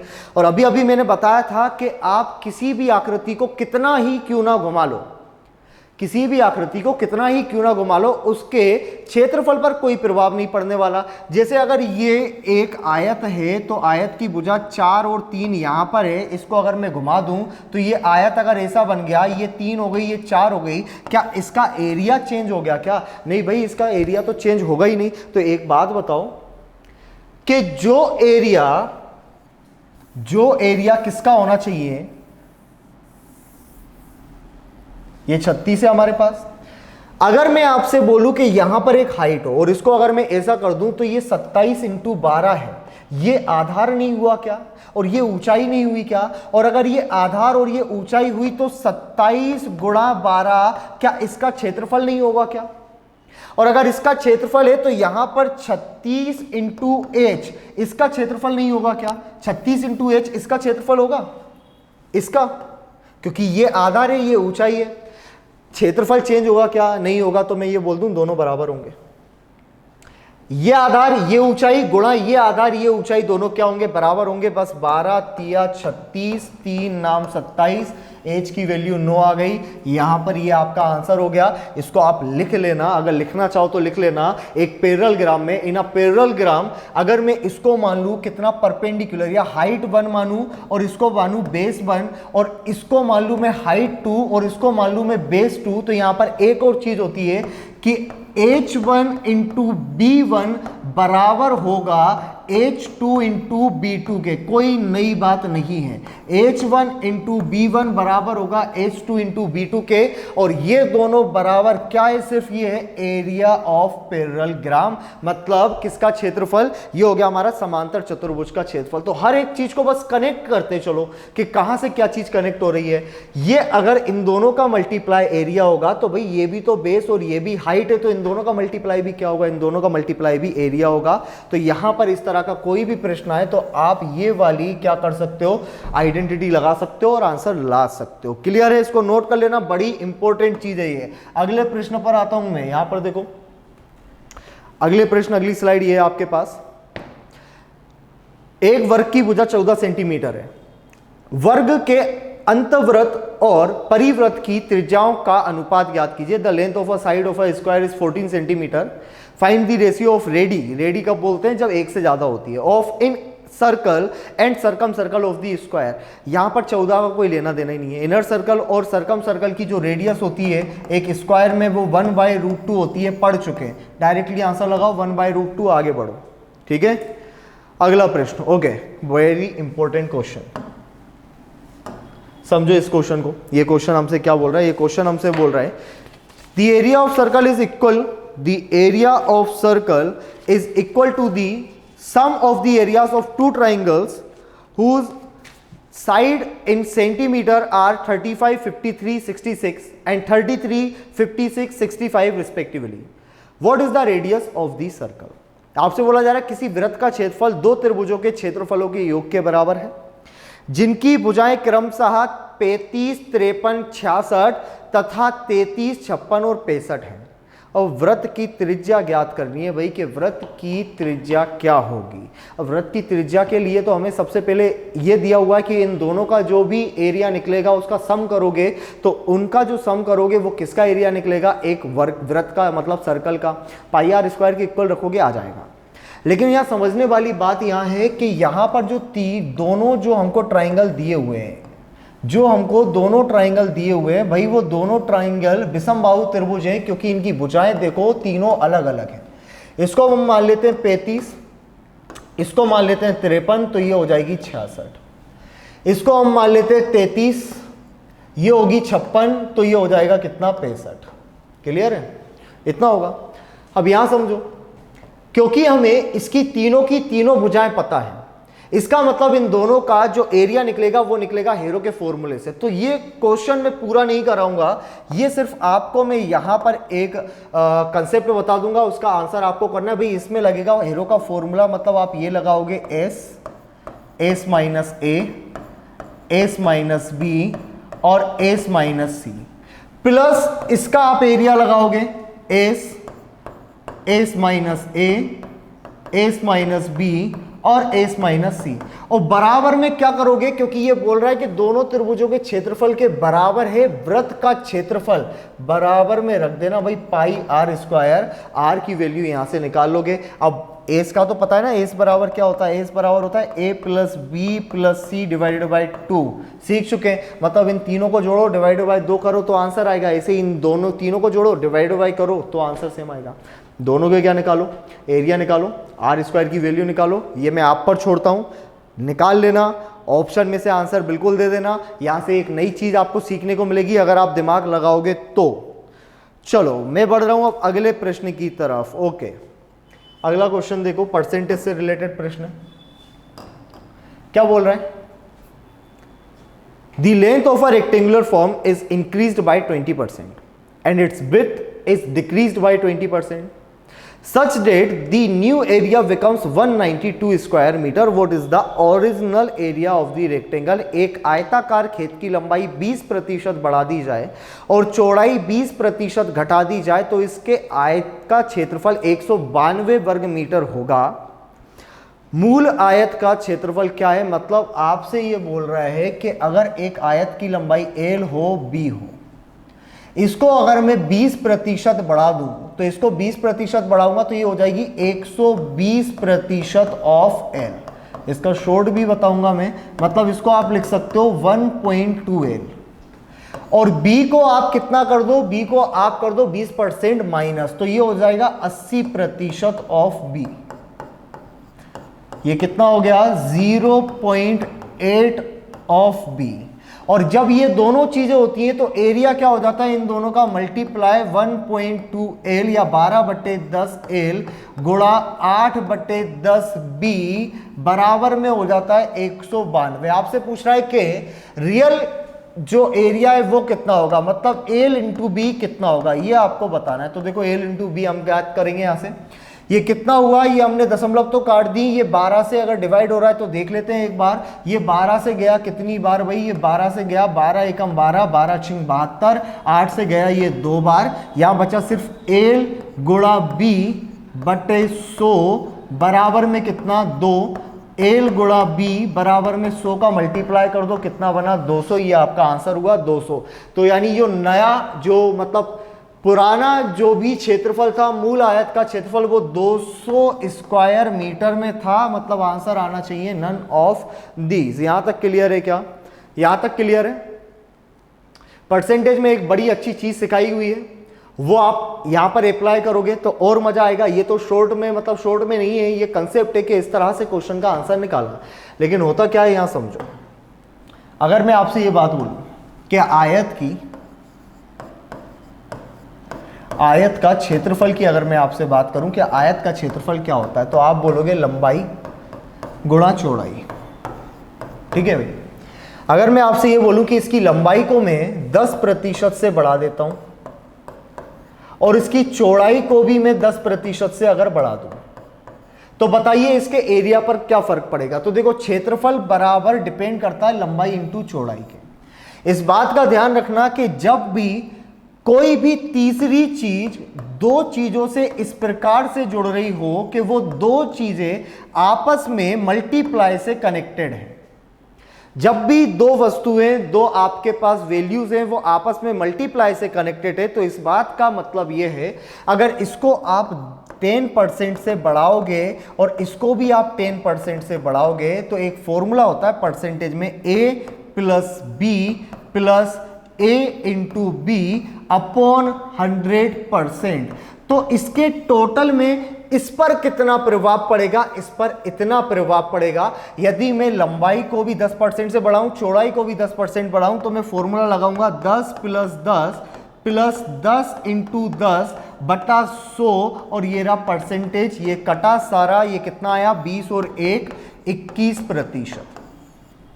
यदि आप लंबाई और चौड़ाई को 10-10% से बढ़ाओगे तो आपका टोटल एरिया 21% से बढ़ेगा। ये फॉर्मूला यही अप्लाई नहीं, ये फॉर्मूला यहां अप्लाई होता है जहां कहीं भी ऐसे दो फिगर्स, यहां कहीं भी ऐसे दो फिगर्स जैसे कुल खर्च, इस चीज को समझो, कुल खर्च बराबर खपत गुणा दर। ठीक है भाई। Total expense is equal to consumption into rate, consumption into rate. Question आता है यदि जैसे खपत को आप 10% से बढ़ा दो और दर भी 10% से बढ़ जाए तो टोटल खर्चा कितने प्रतिशत से बढ़ेगा। टोटल खर्चा कितने प्रतिशत से बढ़ेगा, क्योंकि ये a इंटू बी के फॉर्म में है। अगर इसको मैं 10% से बढ़ाऊं, इसको भी 10% से बढ़ाऊं, बीच में मल्टीप्लाई है, फॉर्मूला अप्लाई होगा 10 + 10 + 10 इंटू 10 बटे में 100। इस फॉर्मूले को अप्लाई करेंगे, जहां कहीं भी लगेगा वहां अप्लाई करेंगे। टोटल यूनिट वर्क का फॉर्मूला होता है भाई, टोटल यूनिट वर्क बराबर number of mens into efficiency, efficiency into number of mens. अगर इनको भी 10% से बढ़ा दूं, इसको भी 10% से बढ़ा दूं, तो काम पहले जितना हो रहा होगा उससे 21% ज्यादा से काम होगा। ये फॉर्मूला यहां अप्लाई होता है। और कहां अप्लाई होता है भाई, ये फॉर्मूला यहां अप्लाई होता है। देखो भाई, पाई आर का स्क्वायर है, इसको लिख सकता हूं आर इंटू आर, और ये एरिया होता है। अगर मैं आपसे बोल दूं मैं इसकी त्रिज्या को 20% से बढ़ाऊं तो टोटल एरिया कितने प्रतिशत से बढ़ेगा। आप बोल देना 20 + 20 इंटू 20 बटा 100% से बढ़ जाएगा।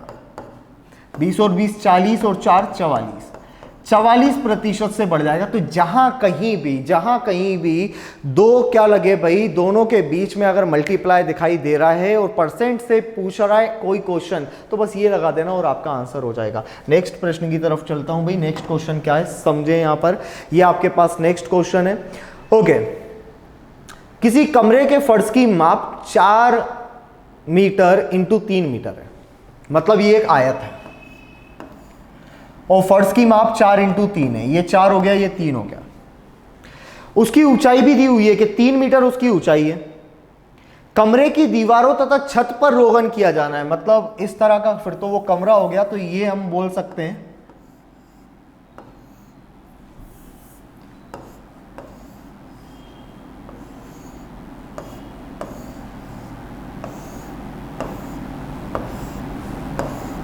ये एक कमरा हो गया और कमरे की जो माप है वो 3 सेंटीमीटर और 4 सेंटीमीटर है और इसकी ऊंचाई है कितनी सेंटीमीटर, 3 मीटर इसकी ऊंचाई है। आपसे बोल रहा है किस किस को रोगन किया जाना है, कमरे की दीवारों तथा छत पर रोगन किया जाना है। एक तो चारों दीवारों पर रोगन किया जाना है, ये 4 दीवार, 4 की 4 दीवार पुतेंगी और ये 4 दीवारों के साथ ये छत भी आपकी पुतेगी। तो बताओ कि जो रोगन किया जाने वाला भाग है उसका क्षेत्रफल क्या है। तो कुल मिला के एक तो आपकी चारों दीवारों का क्षेत्रफल, और चारों दीवारों का क्षेत्रफल क्या बताया, परिमाप इंटू ऊंचाई, और एक आपके छत का क्षेत्रफल। अब जो छत का क्षेत्रफल है ना, जो आपके छत का क्षेत्रफल है वही आपके क्या होगा, जो आपके छत का क्षेत्रफल है वही आपके बेस का क्षेत्रफल होगा। मतलब आपको ये पता करना है कि इसका परिमाप कितना होगा, 3 चौके 12, सॉरी 3 और 4 7, 7 दूनी 14, 14 इंटू 3, ये निकला चारों दीवारों का क्षेत्रफल। 14 इंटू 3 चारों दीवारों का क्षेत्रफल इंटू बेस का क्षेत्र प्लस बेस का क्षेत्रफल, 4 इंटू 3 12,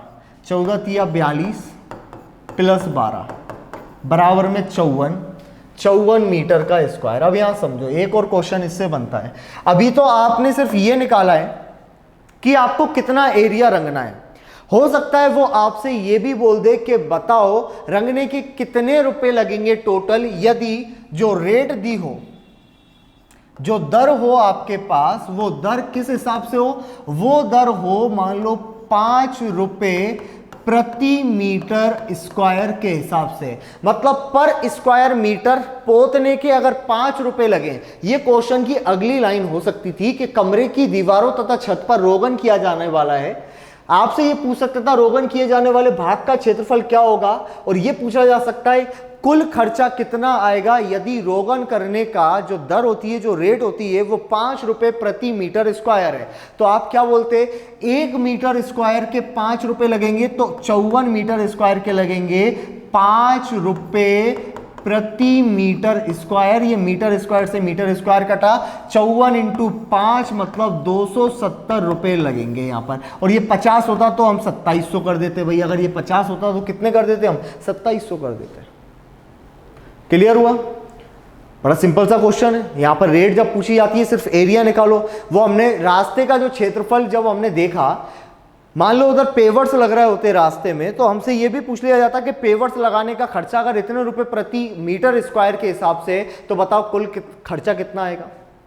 इसके बाद बहुत सारी चीजें जो पूछी जा सकती थी। हो सकता था कि इस कमरे में हमें पोतना तो था, लेकिन वो हमसे ये बोल देता कि इधर एक दरवाजा है और दरवाजे की जो डायमेंशन है ना वो 2 बाय 1 की है मान लो, और इसी में एक खिड़की भी है और खिड़की की जो डायमेंशन है वो 1 बाय 1 की है। तो देखो दरवाजा और खिड़की तो पुतने से रहे, ये तो पुतेंगे नहीं। तो फिर इस वाले टर्म में हम क्या करते हैं, दरवाजे का क्षेत्रफल, टोटल दरवाजे का क्षेत्रफल और टोटल खिड़कियों का क्षेत्रफल हम इसमें से माइनस कर देते। ये 2 एकम 2 और 1 एकम 1, टोटल हुआ 3 में 3 माइनस कर देता, मतलब जो पोतने वाला जो एरिया है वो सिर्फ कितना बचता, 51, क्योंकि दरवाजे और खिड़कियां कभी पोती नहीं जाती। यहां तक क्लियर है, सारी चीज क्लियर है। अगले प्रश्न पर बढ़ते हैं भाई। अगला प्रश्न क्या बोल रहा है यहां देख लो। एक त्रिकोण के, यह आपसे बोला जा रहा है कि एक त्रिकोण के सबसे बड़े और दूसरे सबसे बड़े कोण क्रमशः 13:12 के अनुपात में। सबसे छोटा जो कोण है वो सबसे बड़े और दूसरे सबसे बड़े कोण के योग का 20% है। सबसे छोटे और दूसरे बड़े योग का कोण का योग कितना है, समझो।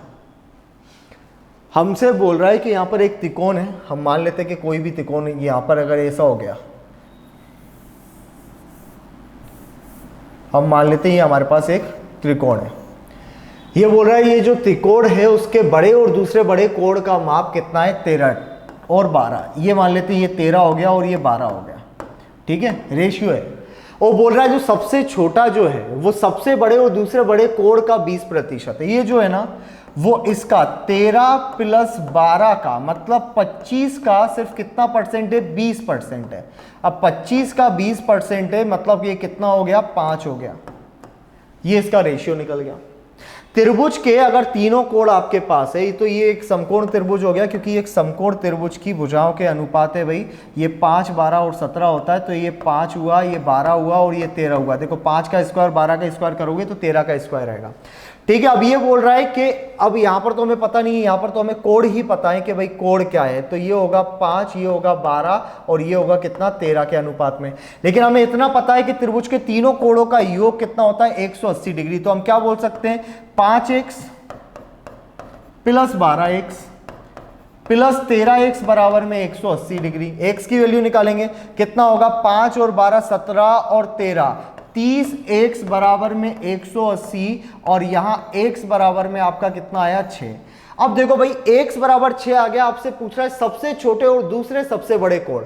सबसे छोटे 5, दूसरे सबसे बड़े कोण 12, मतलब आपसे बोल रहा है 17x की मुझे वैल्यू बताओ। आप बोल देना 17x की वैल्यू 6। टोटल कितना हुआ भाई, 17 × 102, मतलब आंसर हो गया ये 102 डिग्री। यहां तक भी क्लियर हुआ, यहां तक क्लियर हुआ, सारी चीजें समझ में आई है ना, कुछ भी नहीं है, बड़ा नॉर्मल से क्वेश्चन है। अगले क्वेश्चन पर चल रहा हूं मैं, देख लो भाई, इस क्वेश्चन को आप कर सकते हो। ठीक है, ये क्वेश्चन क्या है, if 4 equal circles of radius 3 centimetre touch each other from outside, 1 2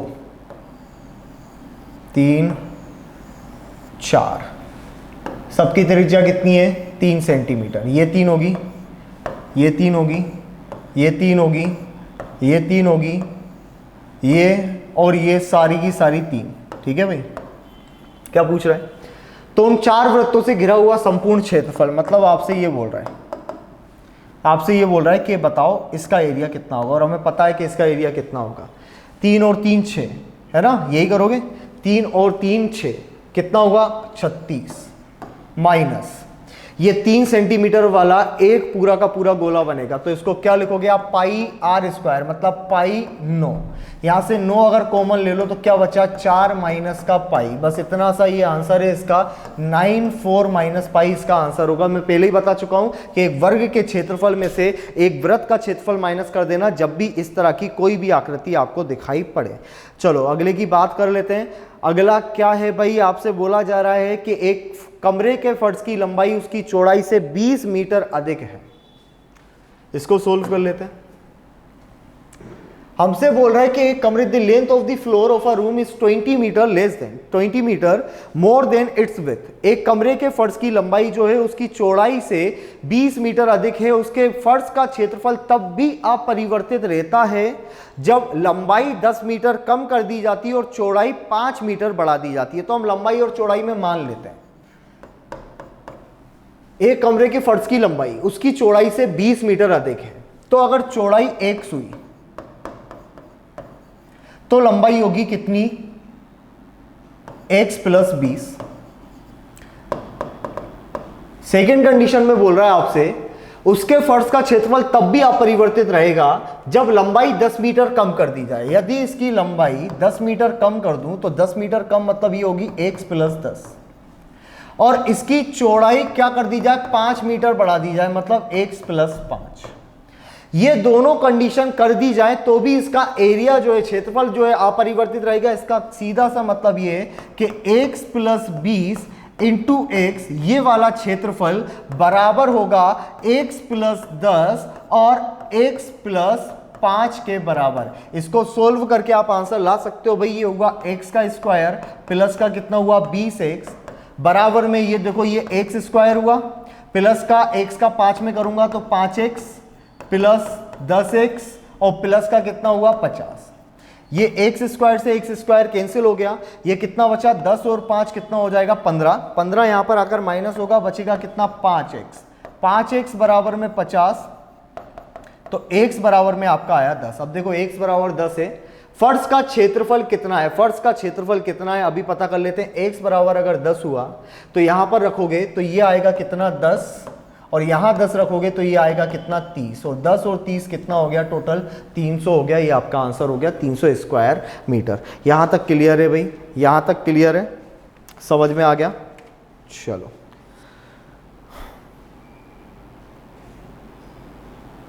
इन सारे प्रश्न बचे हैं, इन सबको अभी सोल्व कर लेते हैं हम। चलो इस क्वेश्चन पर आते हैं और समझते हैं ये प्रश्न हमसे क्या बोल रहे हैं।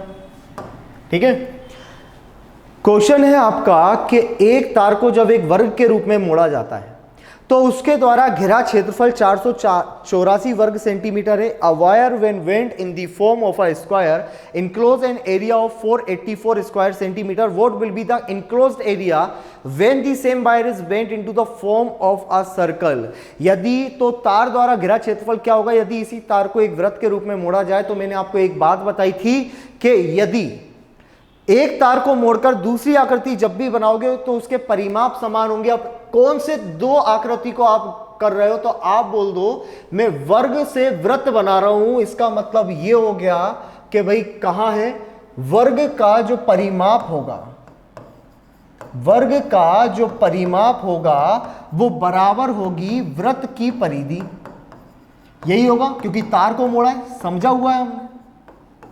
क्या लिख सकते हैं हम, ये लिख सकते हैं कि वर्ग का परिमाप 4a की वैल्यू वृत्त की परिधि मतलब 2 पाई r के बराबर होगी। अच्छा, वर्ग का क्या दिया हुआ है, ये दिया हुआ है कि उसके द्वारा घिरा क्षेत्रफल 484 है। ये 484 a स्क्वायर की वैल्यू होगी और a की वैल्यू कितनी आएगी 22, क्योंकि 22 का स्क्वायर होता है 484। तो इधर मैं रख सकता हूं 4 गुणा 22 बराबर में मुझे वैल्यू चाहिए पाई r स्क्वायर की। कैसे लाऊंगा उस चीज को समझना। यहां पर मैं रख रहा हूं भाई 2 गुणा 22/7 इंटू का r। ये 22 से 22 गया, ये 2 से 2 चला गया, 7 दूनी 14 हो जाएगा। r बराबर 14 मतलब 7 का 2 गुना, तो पाई r स्क्वायर 154 का 4 गुना, 15 चौके 60, 4 चौके 16, 616। Option number D. भाई थोड़े फटाफट क्वेश्चन सोल्व कर लेते हैं। अब मैं इसको रफ कर रहा हूं, समझ में आ गया होगा कि जब तार को मोड़ा है तो परिमाप समान होंगे। 4a बराबर 2 पाई r होगा। 4 पाई की वैल्यू ऐसे निकाली, a स्क्वायर दिया होगा 484, a बराबर 22, यहां पर वैल्यू रखी। वो हमने क्या किया, वो हमने उस कंसेप्ट से देखा जिस कंसेप्ट से हमने एरिया ऑफ सर्कल देखा हुआ है। ओके, यहां देख लो क्या बोल रहा है आपसे। There is a rectangular tank of length 180 metre and breadth 120 metre in a circular field. Circular field है, एक आपका आयत रखा हुआ है, एक वृत्त नहीं रखा हुआ, एक आपका आयत रखा हुआ है। और ये जो आपका आयत रखा हुआ है उस मैदान में 180 मीटर लंबा और 120 मीटर चौड़ा आयत है। 180 और 120 मीटर चौड़ा है। आपसे बोल रहा है कि यदि मैदान में भूमि का क्षेत्रफल 4000 है तो मैदान की त्रिज्या ज्ञात करो। आपसे ये बोल रहा है कि मैदान में भूमि का क्षेत्रफल, अब ये देखो यहां तो टैंक हो गया, तो भूमि का क्षेत्रफल कौन सा होगा, तो भाई भूमि का क्षेत्रफल होगा ये वाला क्षेत्रफल।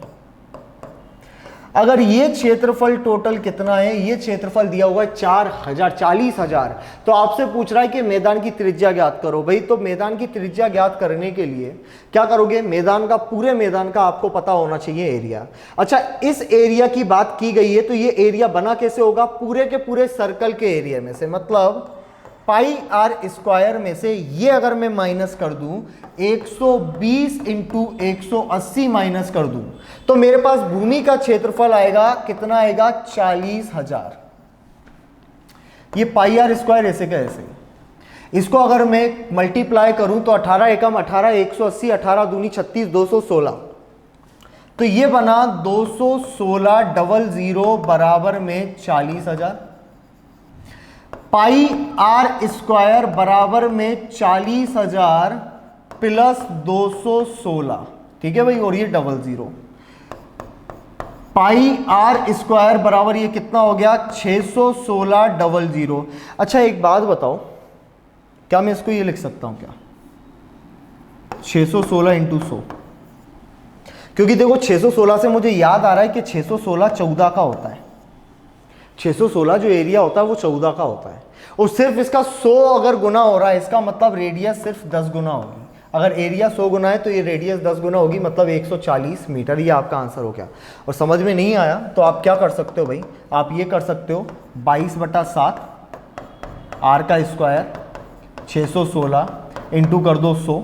ठीक है भाई, 22 से मैं इसको डिवाइड कर रहा हूँ, देख लो 22 से कितनी बार जाएगा ये, 22 3 बार भी नहीं जाएगा, 22 से 2 बार जाएगा। अब ये 22 से 2 बार गया तो आया आपका 44। अब 44 आएगा तो 17 बचेगा, मतलब जाएगा ये कितनी बार, 28 बार जाएगा। अब 28 है, यहाँ पर क्या रख सकते हो इसको, आर स्क्वायर बराबर में 28 इंटू 7 इंटू 100 रख सकते हो।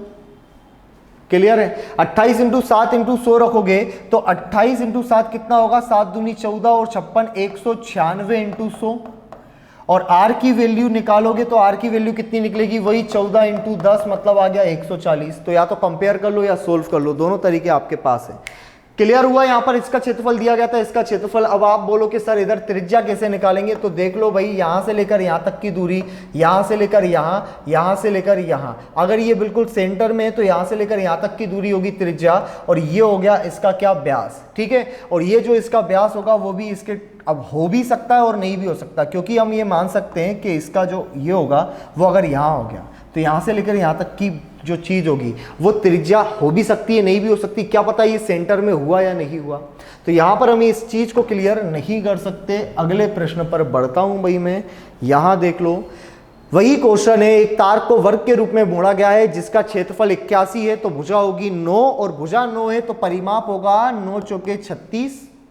यदि उसी तार को अर्धवृत्त के रूप में मोड़ा जाए तो अर्धवृत्त की त्रिज्या ये जो होगी वो पाई आर के बराबर होगी। बस ये जो होगी वो किसके बराबर में होगी, पाई आर, क्योंकि 2 पाई आर, लेकिन अर्धवृत्त जो होगा वो कितना होगा, पाई आर होगा सिर्फ। अब यहाँ से वैल्यू फाइंड करनी है, ये कितना हो जाएगा, देख लेते हैं इसको, 22/7 हो जाएगा, 2 से जाएगा ये 11 बार, 2 से जाएगा ये 18 बार, 18 इंटू 7/11, इन ऑप्शन में से कोई भी नहीं होगा। एक तार को एक वर्ग के रूप में मोड़ा जाता है जिसका क्षेत्रफल 81, अब 81 हुआ तो 9 हुआ, 4 इंटू 9 बराबर में होगा 36। ये परिमाप है। यदि उस तार को अर्धवृत्त के रूप में मोड़ा जाए, अर्धवृत्त के जब रूप में मोड़ोगे तो अर्धवृत्त का जो परिमाप होता है वो होता है 3 पाई।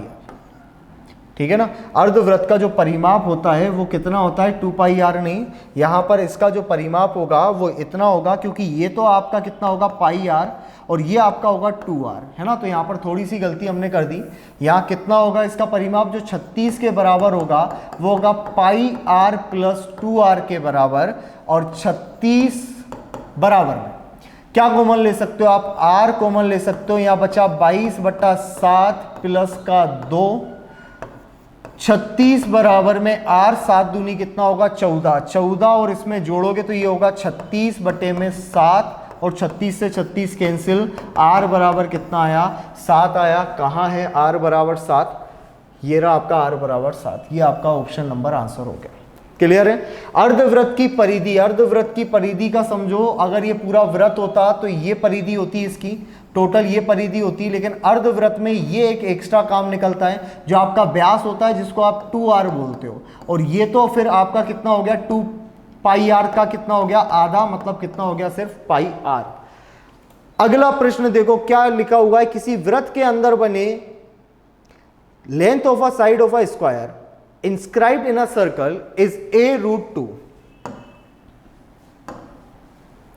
Length of side of a square inscribed in a circle, एक वृत्त के अंदर बने, एक वृत्त है और उसके अंदर बने एक वर्ग की, उसके अंदर बने एक वर्ग की जो भुजा है वो a√2 है। ये अगर a√2 हुआ तो ये कितना होगा, इसकी तो वैल्यू ही a√2 होती है, तो इसको अगर हम a√2 मान ले, a बराबर, तो ये वैल्यू होती है a√2 की, और अगर मैं a बराबर ही a√2 रखूंगा, √2 का मल्टीप्लाई करूंगा तो ये तो निकल आया 2a, और ये 2a आया तो ये हो गई वैल्यू a।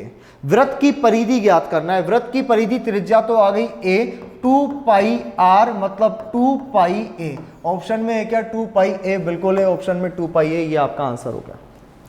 ठीक है भाई, क्या बोला मैंने, वृत्त की भुजा अगर a√2 है तो ये a√2 होता है, ये a है, a की वैल्यू मैं यहाँ पर रखूंगा, और a की वैल्यू a√2, √2 2 हो गया, 2a टोटल विकर्ण होगा, ये होगी टोटल आधी a, और a की वैल्यू कितनी आई, 2 पाई एंड a। ओके, अगला प्रश्न देखो, The radius of a circular wheel is 1.75 meter.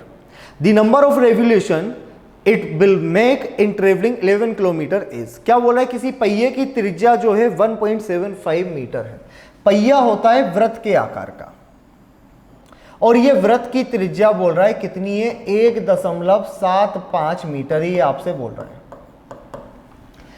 11 kilometre चलने में पहिए द्वारा तय किए गए चक्कर याद कीजिए। तो यहां पर समझो, सबसे पहले तो अगर पहिया एक क्या होता है, गोल आकृति में होता है। अगर पहिए को यहां से लेकर अगर मैं एक चक्कर मारूं तो इसका मतलब होगा यहां से लेकर मैं वापस यहीं पर पहुंच गया। और इस चीज को हम क्या बोलते हैं भाई, इस चीज को बोलते हैं हम वृत्त की परिधि। और वृत्त की परिधि बराबर होती है और कुछ नहीं, वृत्त की परिधि बराबर होती है एक चक्कर की दूरी। वृत्त की परिधि बराबर क्या होती है, एक चक्कर की दूरी। इस बात का ध्यान रखना, पहिया एक चक्कर में कितना चला वो आपकी वृत्त की परिधि डिपेंड करेगी। तो यहां पर ये बोल रहा है किसी परिधि पहिए की त्रिज्या 1.75 मीटर है, 11 किलोमीटर अगर चलेगा पहिया तो उसके द्वारा तय किए गए चक्कर ज्ञात करना है। सबसे पहली बात तो ये पता करो कि अगर ये एक चक्कर चलता है तो कितनी दूरी तय करेगा। अभी ये 1.7 मीटर है, आप बोल दो भाई ये कितनी होगी, वृत्त की परिधि बराबर एक चक्कर, तो 2 पाई r बराबर में एक चक्कर की दूरी 2 22/7 इंटू r की वैल्यू हुई 1.75। इसको अगर मैं यहां से काटूं तो ये आएगा 100। ये 7 से इसको अगर कैंसिल करें तो 7 दूनी 14, बचेगा 3, 7 पन्ना 35, ये गया 4 बार, ये गया 2 बार और ये गया 11 बार। ये गया कितने बार, 11 बार। मतलब 2 पाई r कितना मीटर हुआ, 11 मीटर। एक चक्कर में तय की गई दूरी हुई 11 मीटर। उसको चलना है कितना, 11 किलोमीटर। 11 किलोमीटर बराबर 11,000 मीटर। इस बात से तो आप संतुष्ट है ना, 11 मीटर में 11,000 मीटर होंगे।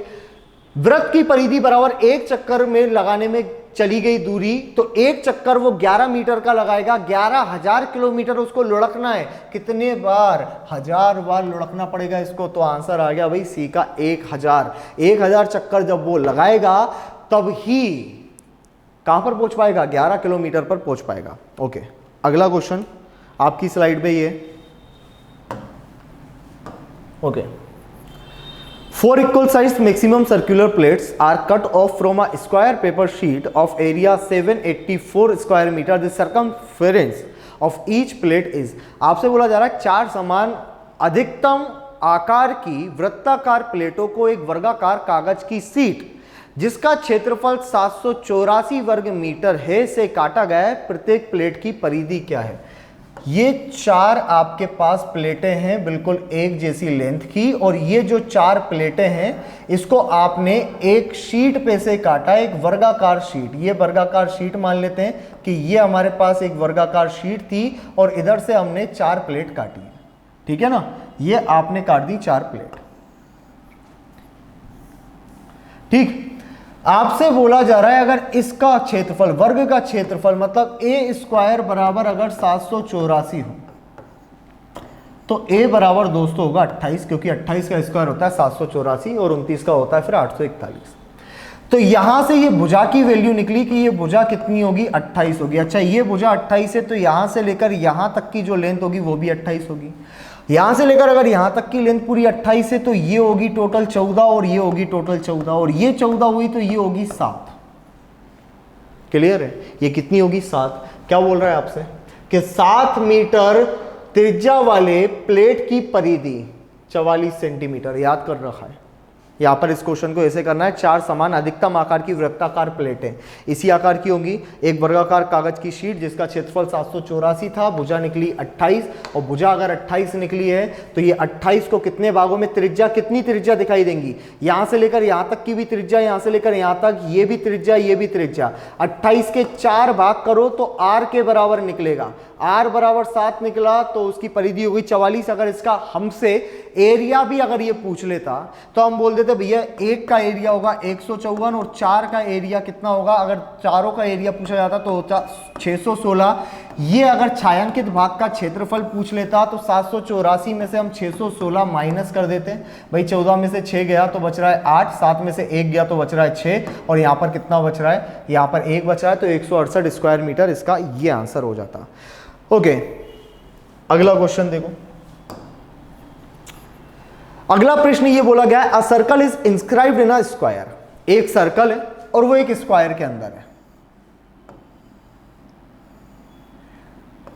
स्क्वायर के अंदर आपका रखा हुआ है एक सर्कल, ठीक है भाई।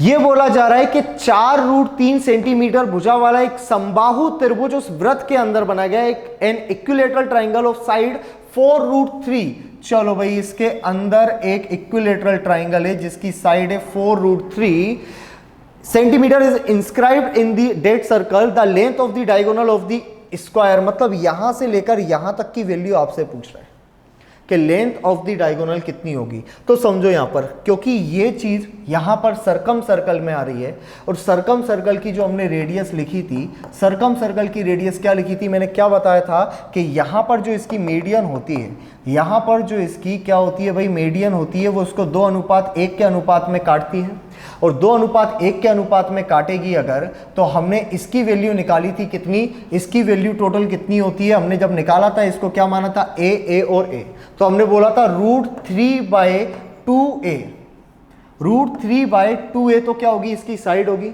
और अगर इनर सर्कल की है तो साइड निकली थी a/2√3, और अगर आउटर सर्कल की है तो सिर्फ कितनी निकली थी, a/√3। तो मैं यहां पर बोल दूंगा r की वैल्यू कितनी दी गई है, r की वैल्यू दी गई है a√3। अब a की वैल्यू आपके पास है 4√3, ये दिया हुआ है 4√3/3, ये 3 से 3 कैंसिल हुआ। रेडियस बराबर कितनी आई, 4। अच्छा, रेडियस 4। अब ये रेडियस कहां से लेकर कहां तक की होगी भाई, यहां से लेकर यहां तक की भी रेडियस होगी, यहां से लेकर यहां तक रेडियस, ये रेडियस, तो ये 4 हुई, तो ये भी होगी 4, और ये 4 हुई, तो वर्ग का विकर्ण ज्ञात करो। तो ये वर्ग की भुजा हो गई टोटल 8, और वर्ग की भुजा अगर 8 हुई तो वर्ग का विकर्ण होता है a√2, तो 8√2 वर्ग का विकर्ण हो गया, आंसर हो गया सी, ये आपका आंसर हो गया। ओके भाई, ये सारी चीजें हम पढ़ चुके, कुछ नया नहीं है। r बराबर a/√3 हम पढ़ चुके हैं आउटर सरकम सर्कल में, और r बराबर r बराबर a/2√3 हम पढ़ चुके हैं इनर सर्कल में, कल ही पढ़ी थी ये सारी चीजें, ठीक है। चलो यहाँ अगले क्वेश्चन की तरफ हम बढ़ते हैं। अगला क्वेश्चन हमसे क्या बोला गया, उसके बाद एक चित्र दूंगा, उसको समझाऊंगा कि कैसे उसका एरिया आप निकाल सकते हो। समद्विबाहु समकोण त्रिभुज एक ऐसा त्रिभुज जिसकी दो भुजाएं समान हो, अगर इसको a मानो, इसको a मानो, तो ये निकलती है √2a, ये हम सीख चुके हैं। इसका परिमाप 4√2 + 4 सेंटीमीटर है। कर्ण की लंबाई ज्ञात करो, इसकी लंबाई ज्ञात करनी है। चलो ठीक है भाई, इसका परिमाप a + a 2a + √2a बराबर में दिया हुआ है आपको 4√2 + का 4। समझो, मैं a कॉमन ले लेता हूं, क्या बचा 2 + √2 बराबर में अगर 4 कॉमन ले लूं तो क्या बचा √2 + 1, यही बच रहा है। अच्छा, मुझे √2a की वैल्यू चाहिए, तो सबसे पहले अगर मैं a की वैल्यू निकालूं तो a की वैल्यू निकलेगी 4√2 + 1 बटे में कितना निकल रहा है, बटे में निकल रहा है 2 + √2, ये a की वैल्यू हुई। अगर मुझे √2a की चाहिए तो मैं दोनों तरफ √2 से मल्टीप्लाई कर दूं, तो देखो √2 से अगर मल्टीप्लाई करूंगा तो √2a की वैल्यू कितनी निकलेगी, ये 4 है, इसका अंदर मल्टीप्लाई किया ये बना 2, अंदर मल्टीप्लाई किया बना √2 बटे में 2 + √2, ये कट गया, इसकी वैल्यू आई 4, और 4 कहां लिखा हुआ है, 4 यहां लिखा हुआ है, ये आपका आंसर हो गया। क्लियर है भाई, यहां तक सारी चीजें क्लियर है क्या? ओके, 2 क्वेश्चन और बच रहे हैं। यहां पर देखो, ये आपसे क्या बोला जा रहा है, ये आपसे बोला जा रहा है वृत्त की परिधि 2πr की वैल्यू 11 सेंटीमीटर दी गई है। आपसे बोला जा रहा है तथा एक चाप केंद्र पर 60 डिग्री का कोण अंतरित करता है, त्रिज्य खंड का क्षेत्रफल। अब त्रिज्य खंड का अगर क्षेत्रफल ज्ञात करना है तो सबसे पहली बात तो ये हो गई कि आपको मान लो कि इस त्रिज्या खंड का क्षेत्रफल आपको ज्ञात करना है जिसमें 60 डिग्री यहां पर आपको वैल्यू दी गई है। 60 डिग्री तो दी गई है, तो आप रखोगे थीटा बटे में 360 इंटू पाई आर स्क्वायर। पाई भी रख सकते हो, सिर्फ आर की वैल्यू चाहिए। अब आर की वैल्यू कहां से पता करोगे? आर की वैल्यू यहां से पता करोगे। आपको दिया हुआ है प्रत की परिधि 2 पाई आर बराबर 11 सेंटीमीटर, ये आ गई। यहां पर अगर इसको सोल्व करो तो 22/7, एक काम करो आर की वैल्यू डायरेक्टली ये रखो, आर बराबर 11/2 पाई।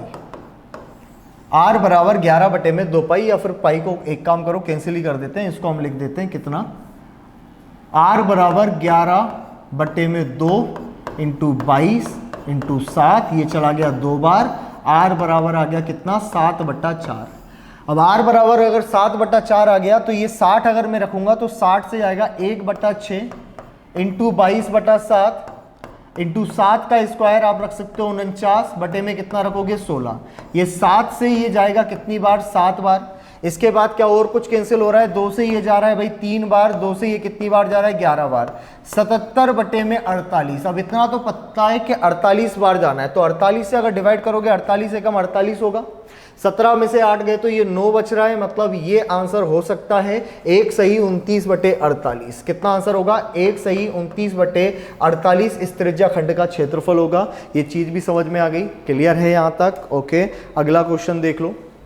ये आप कर सकते हो, एक वृत्त और आयत के परिमाप समान है, मतलब 2l प्लस b की वैल्यू जो होगी वो 4a के बराबर होगी, या 2a की वैल्यू जो होगी वो l प्लस b के बराबर होगी। यदि आयत की भुजाएं 18 और 26 सेंटीमीटर हो तो वृत्त का क्षेत्रफल कितना होगा? ठीक है भाई, आयत की भुजाएं 18 और 26 है, तो दोनों को अगर जोड़ोगे तो l प्लस b की वैल्यू निकलेगी, और 18 और 26 जोड़ोगे तो ये होता है 44, और 44 जो होगा वो हमारे किसकी वैल्यू होगी, 2a की, यानी a की आई 22। ठीक है, तो यहां पर समझ लेते हैं इसको। एक वृत्त, अच्छा वृत्त और आयत के परिमाप समान है, मतलब आपसे ये बोल रहा है 2 पाई आर बराबर होगा 2 इंटू एल प्लस बी के, या सिर्फ पाई आर बराबर होगा एल प्लस बी के। अब पाई आर बराबर कितना आया आपका 44, क्योंकि आपने क्या किया, एल प्लस बी जब आप करोगे 18 और 26 को आप जोड़ोगे तो आप आओगे 44 पर। यहां त्रिज्या ज्ञात कर सकते हैं भाई, 22/7 इंटू आर बराबर में 44, 22 से गया 2 बार, ये हो गया 14, और 14 मतलब आंसर कितना, 616। ये हो गया आपका आंसर। यहां तक क्लियर है सारी चीजें, सारे प्रश्न हो चुके हैं। एक क्वेश्चन मैं अपनी तरफ से देता हूं, उसको देखिए कि किस तरह से सोल्व किया जा सकता है। मैं इस तरह से एक क्वेश्चन दे रहा हूं आपको,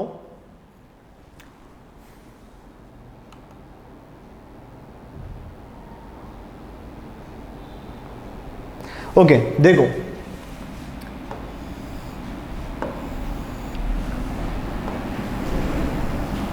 ये आपके पास है अर्धवृत्त, ठीक है, ये आपके पास भाई अर्धवृत्त है, और अर्धवृत्त होने के अलावा यहां पर आपको इस तरह से 2 अर्धवृत्त इधर भी मिलते हैं, और इस तरह से आपको 2 अर्धवृत्त इधर भी मिलते हैं सेम कंडीशन के। ठीक है, आपको बताना है कि इन अर्धवृत्तों को छोड़ने के बाद जो एरिया ये वाला है, इसको बोलते हैं शेडेड रीजन, छायांकित भाग, है ना, बहुत बार एग्जाम में आ चुका है ये। अब इसका एरिया अगर हमें फाइंड करना है तो हम क्या कर सकते हैं, देखो अब इसका एरिया फाइंड करना है, अगर हमसे ये बोल दिया जाए कि इसकी जो भुजा है, मैं अभी कोई फिगर नहीं यहां पर ये बोल देता हूं कि ये इसकी जो भुजा है ना वो कितनी है, a है, तो आपको इसका एरिया बताना है। तो इतना तो आपको पता पड़ गया कि इस a त्रिज्या वाले क्वाड्रेंट में से मुझे इन अर्धवृत्तों के क्षेत्रफलों को माइनस करना पड़ेगा। अच्छा, इसकी त्रिज्या अगर a है तो इसका क्षेत्रफल कितना होगा, तो इसका क्षेत्रफल होगा 1/4 या पाई a स्क्वायर बटे में 4, ये इसका क्षेत्रफल होगा, क्योंकि ये क्वाड्रेंट है 1/4। अच्छा, ये अगर पूरा a है तो एक बात बताओ, ये होंगे अर्धवृत्त तो आधा आधा होगा, ये होगा 1/2 और ये भी होगा कितना, a/2। ठीक इसी तरह से यहां से लेकर यहां तक की वैल्यू ये होगी a/2 और यहां से लेकर यहां तक की वैल्यू कितनी होगी a/2। कहां से लेकर, ये टोटल होगी यहां से लेकर यहां तक की a/2 और यहां से लेकर यहां तक की a/2। इसकी त्रिज्या ये नहीं होगी, इसका ये व्यास होगा तो त्रिज्या इसकी कितनी होगी a/4। इसकी त्रिज्या 1/4 तो इसकी त्रिज्या भी कितनी होगी a/4 होगी। अच्छा, यहां पर अगर मैं इसके बीच में से इस तरह से एक लाइन खींच दूं तो ये तो फिर वो पत्ती वाला एरिया हो गया जो दोनों ज्यादा घेर रहे हैं। तो मुझे करना क्या होगा, मुझे एक बात बताओ, ये दोनों की कॉमन लाइन है, इसको तो मुझे माइनस करना पड़ेगा। किस में से माइनस कर दूं, तो समझो मैं क्या करूंगा, ये πa²/4 तो मेरे पास है ही। मैं यहां पर इसका एरिया जो कि कितना होगा, इसका एरिया पाई इसका स्क्वायर, तो क्या होगा a²/16, यही होगा इसका πa²/16। अच्छा, ये πa²/16 हुआ तो इसका भी सेम क्या होगा πa²/16। और अगर मैं दोनों को जोड़ूं तो ये होगा 2πa²/16 मतलब πa²/8। ये इन दोनों का निकला। अब अगर ये इन दोनों का निकला है तो मैं अभी अगर इस हिस्से की बात करूं तो ये एक क्वाड्रेंट है जिसकी त्रिज्या a/4 है और ये एक क्वाड्रेंट है जिसकी त्रिज्या a/4 है। और अगर इन दोनों को मैं मिला दूं तो एक अर्धवृत्त बनता है और उस अर्धवृत्त की जो त्रिज्या होगी वो a/4। और अगर अर्धवृत्त है तो उसकी जो मैं अगर क्या निकाल लूं आपसे, अगर अर्धवृत्त है, यहां पर भी थोड़ी सी मिस्टेक शायद हम कर चुके हैं, यहां अर्धवृत्त का एरिया निकलना था, समझो इसको, बड़ा इंपॉर्टेंट क्वेश्चन है। यहां हमने पूरे वृत्त का निकाला लेकिन अर्धवृत्त का निकलेगा तो निकलेगा कितना 1/2 और πa²/16 मतलब टोटल होगा ये कितना, ये 1/2 हुआ, ये 1/2 हुआ, मतलब ये टोटल होगा। और टोटल में फिर कितना आएगा, सिर्फ 1/2 नहीं आएगा, सिर्फ आएगा πa²16। और ये πa²16 मैंने इसको भी गिन लिया और इसको भी गिन लिया। ये क्वाड्रेंट है और ये क्वाड्रेंट है, ये अर्धगोला होगा। अब ये अर्धगोला होगा तो इसका होगा 1/2 पाई, a/4 सेम है तो क्या लिखूंगा a²/4 का कितना होगा 16 होगा। और अगर मैं लीफ की बात करूं तो लीफ का हमें पता है ना, हमने क्या किया है, लीफ का अगर हमें निकालना है तो ये भी कितनी होगी a/4 होगी और ये भी कितनी होगी a/4 होगी। a/4 के एक अर्धगोले को, मतलब ऐसा ही एक a² πa²/16/2, इसको माइनस करना है किसके स्क्वायर में से, इसमें से माइनस करना है a²/16 में से।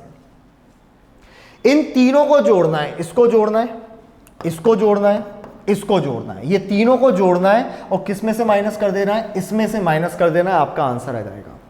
ये क्वेश्चन अगर हम 7 सेंटीमीटर त्रिज्या से देखें, अगर हम 28 सेंटीमीटर त्रिज्या से देखें, समझो इसको, ये क्वेश्चन मैं आपको देता हूं, आपको सोल्व करना है। ये अगर मैं ये बोल दूं यहां से लेकर यहां तक की जो त्रिज्या है वो 28 है, यहां से लेकर यहां तक की जो त्रिज्या है वो 28 है, ये एक अर्धगोला, ये दूसरा अर्धगोला, समान लंबाई के अर्धगोले हैं ये। आपको बताना है कितना होगा, ये आधा होगा, ये आधा होगा, मतलब यहां से लेकर यहां तक का टोटल 14 होगा, ये भी टोटल कितना होगा 14 होगा, ये भी टोटल कितना होगा यहां से लेकर यहां तक 14 और ये भी टोटल कितना होगा यहां से लेकर यहां तक कितना होगा 14। इसको सोल्व करें, पत्ती का मतलब ये टोटल में से आप ये आधा और ये आधा टोटल 1 बन जाएगा, ठीक है। और ये होगा 1/4 हिस्सा, ये होगा 1/4 और ये होगा 1/4, मतलब ये होगा 1/2 और उसमें से ये पत्ती का एरिया जैसे निकालते हो वैसे माइनस कर देना, उसके बाद आपका आंसर आ जाएगा, ठीक है। तो इस प्रकार के प्रश्न होते, कुछ इस प्रकार के प्रश्न होते भाई। अब करना क्या है उस चीज को भी समझ लेते हैं।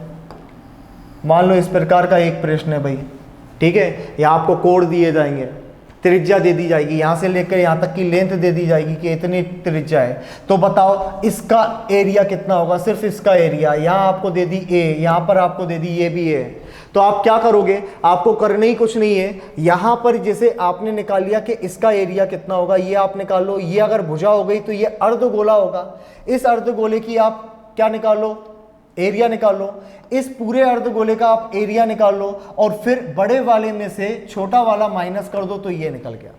तो इस तरह के सारे क्वेश्चंस डुएबल होते हैं, बस बात ये है कि आप किस तरह से उनको सोल्व कर सकते हो। तो हम इतना ही रखते हैं इस चैप्टर में, बाकी जितने क्वेश्चन होंगे हम जब प्रीवियस ईयर के क्वेश्चन पेपर लाएंगे तो उसमें सोल्व करेंगे। आशा करता हूं कि ये पूरा का पूरा चैप्टर आपको समझ में आ गया हो। हमने ट्राइंगल भी कर लिया, हमने सर्कल भी कर लिया, हमने वर्ग, वृत्त, सारी चीजें हमने कंप्लीट कर ली है। ठीक है, तो मिलते हैं हम अगले चैप्टर के साथ, तब तक पढ़ते रहिए, आगे बढ़ते रहिए। जय हिंद, जय भारत।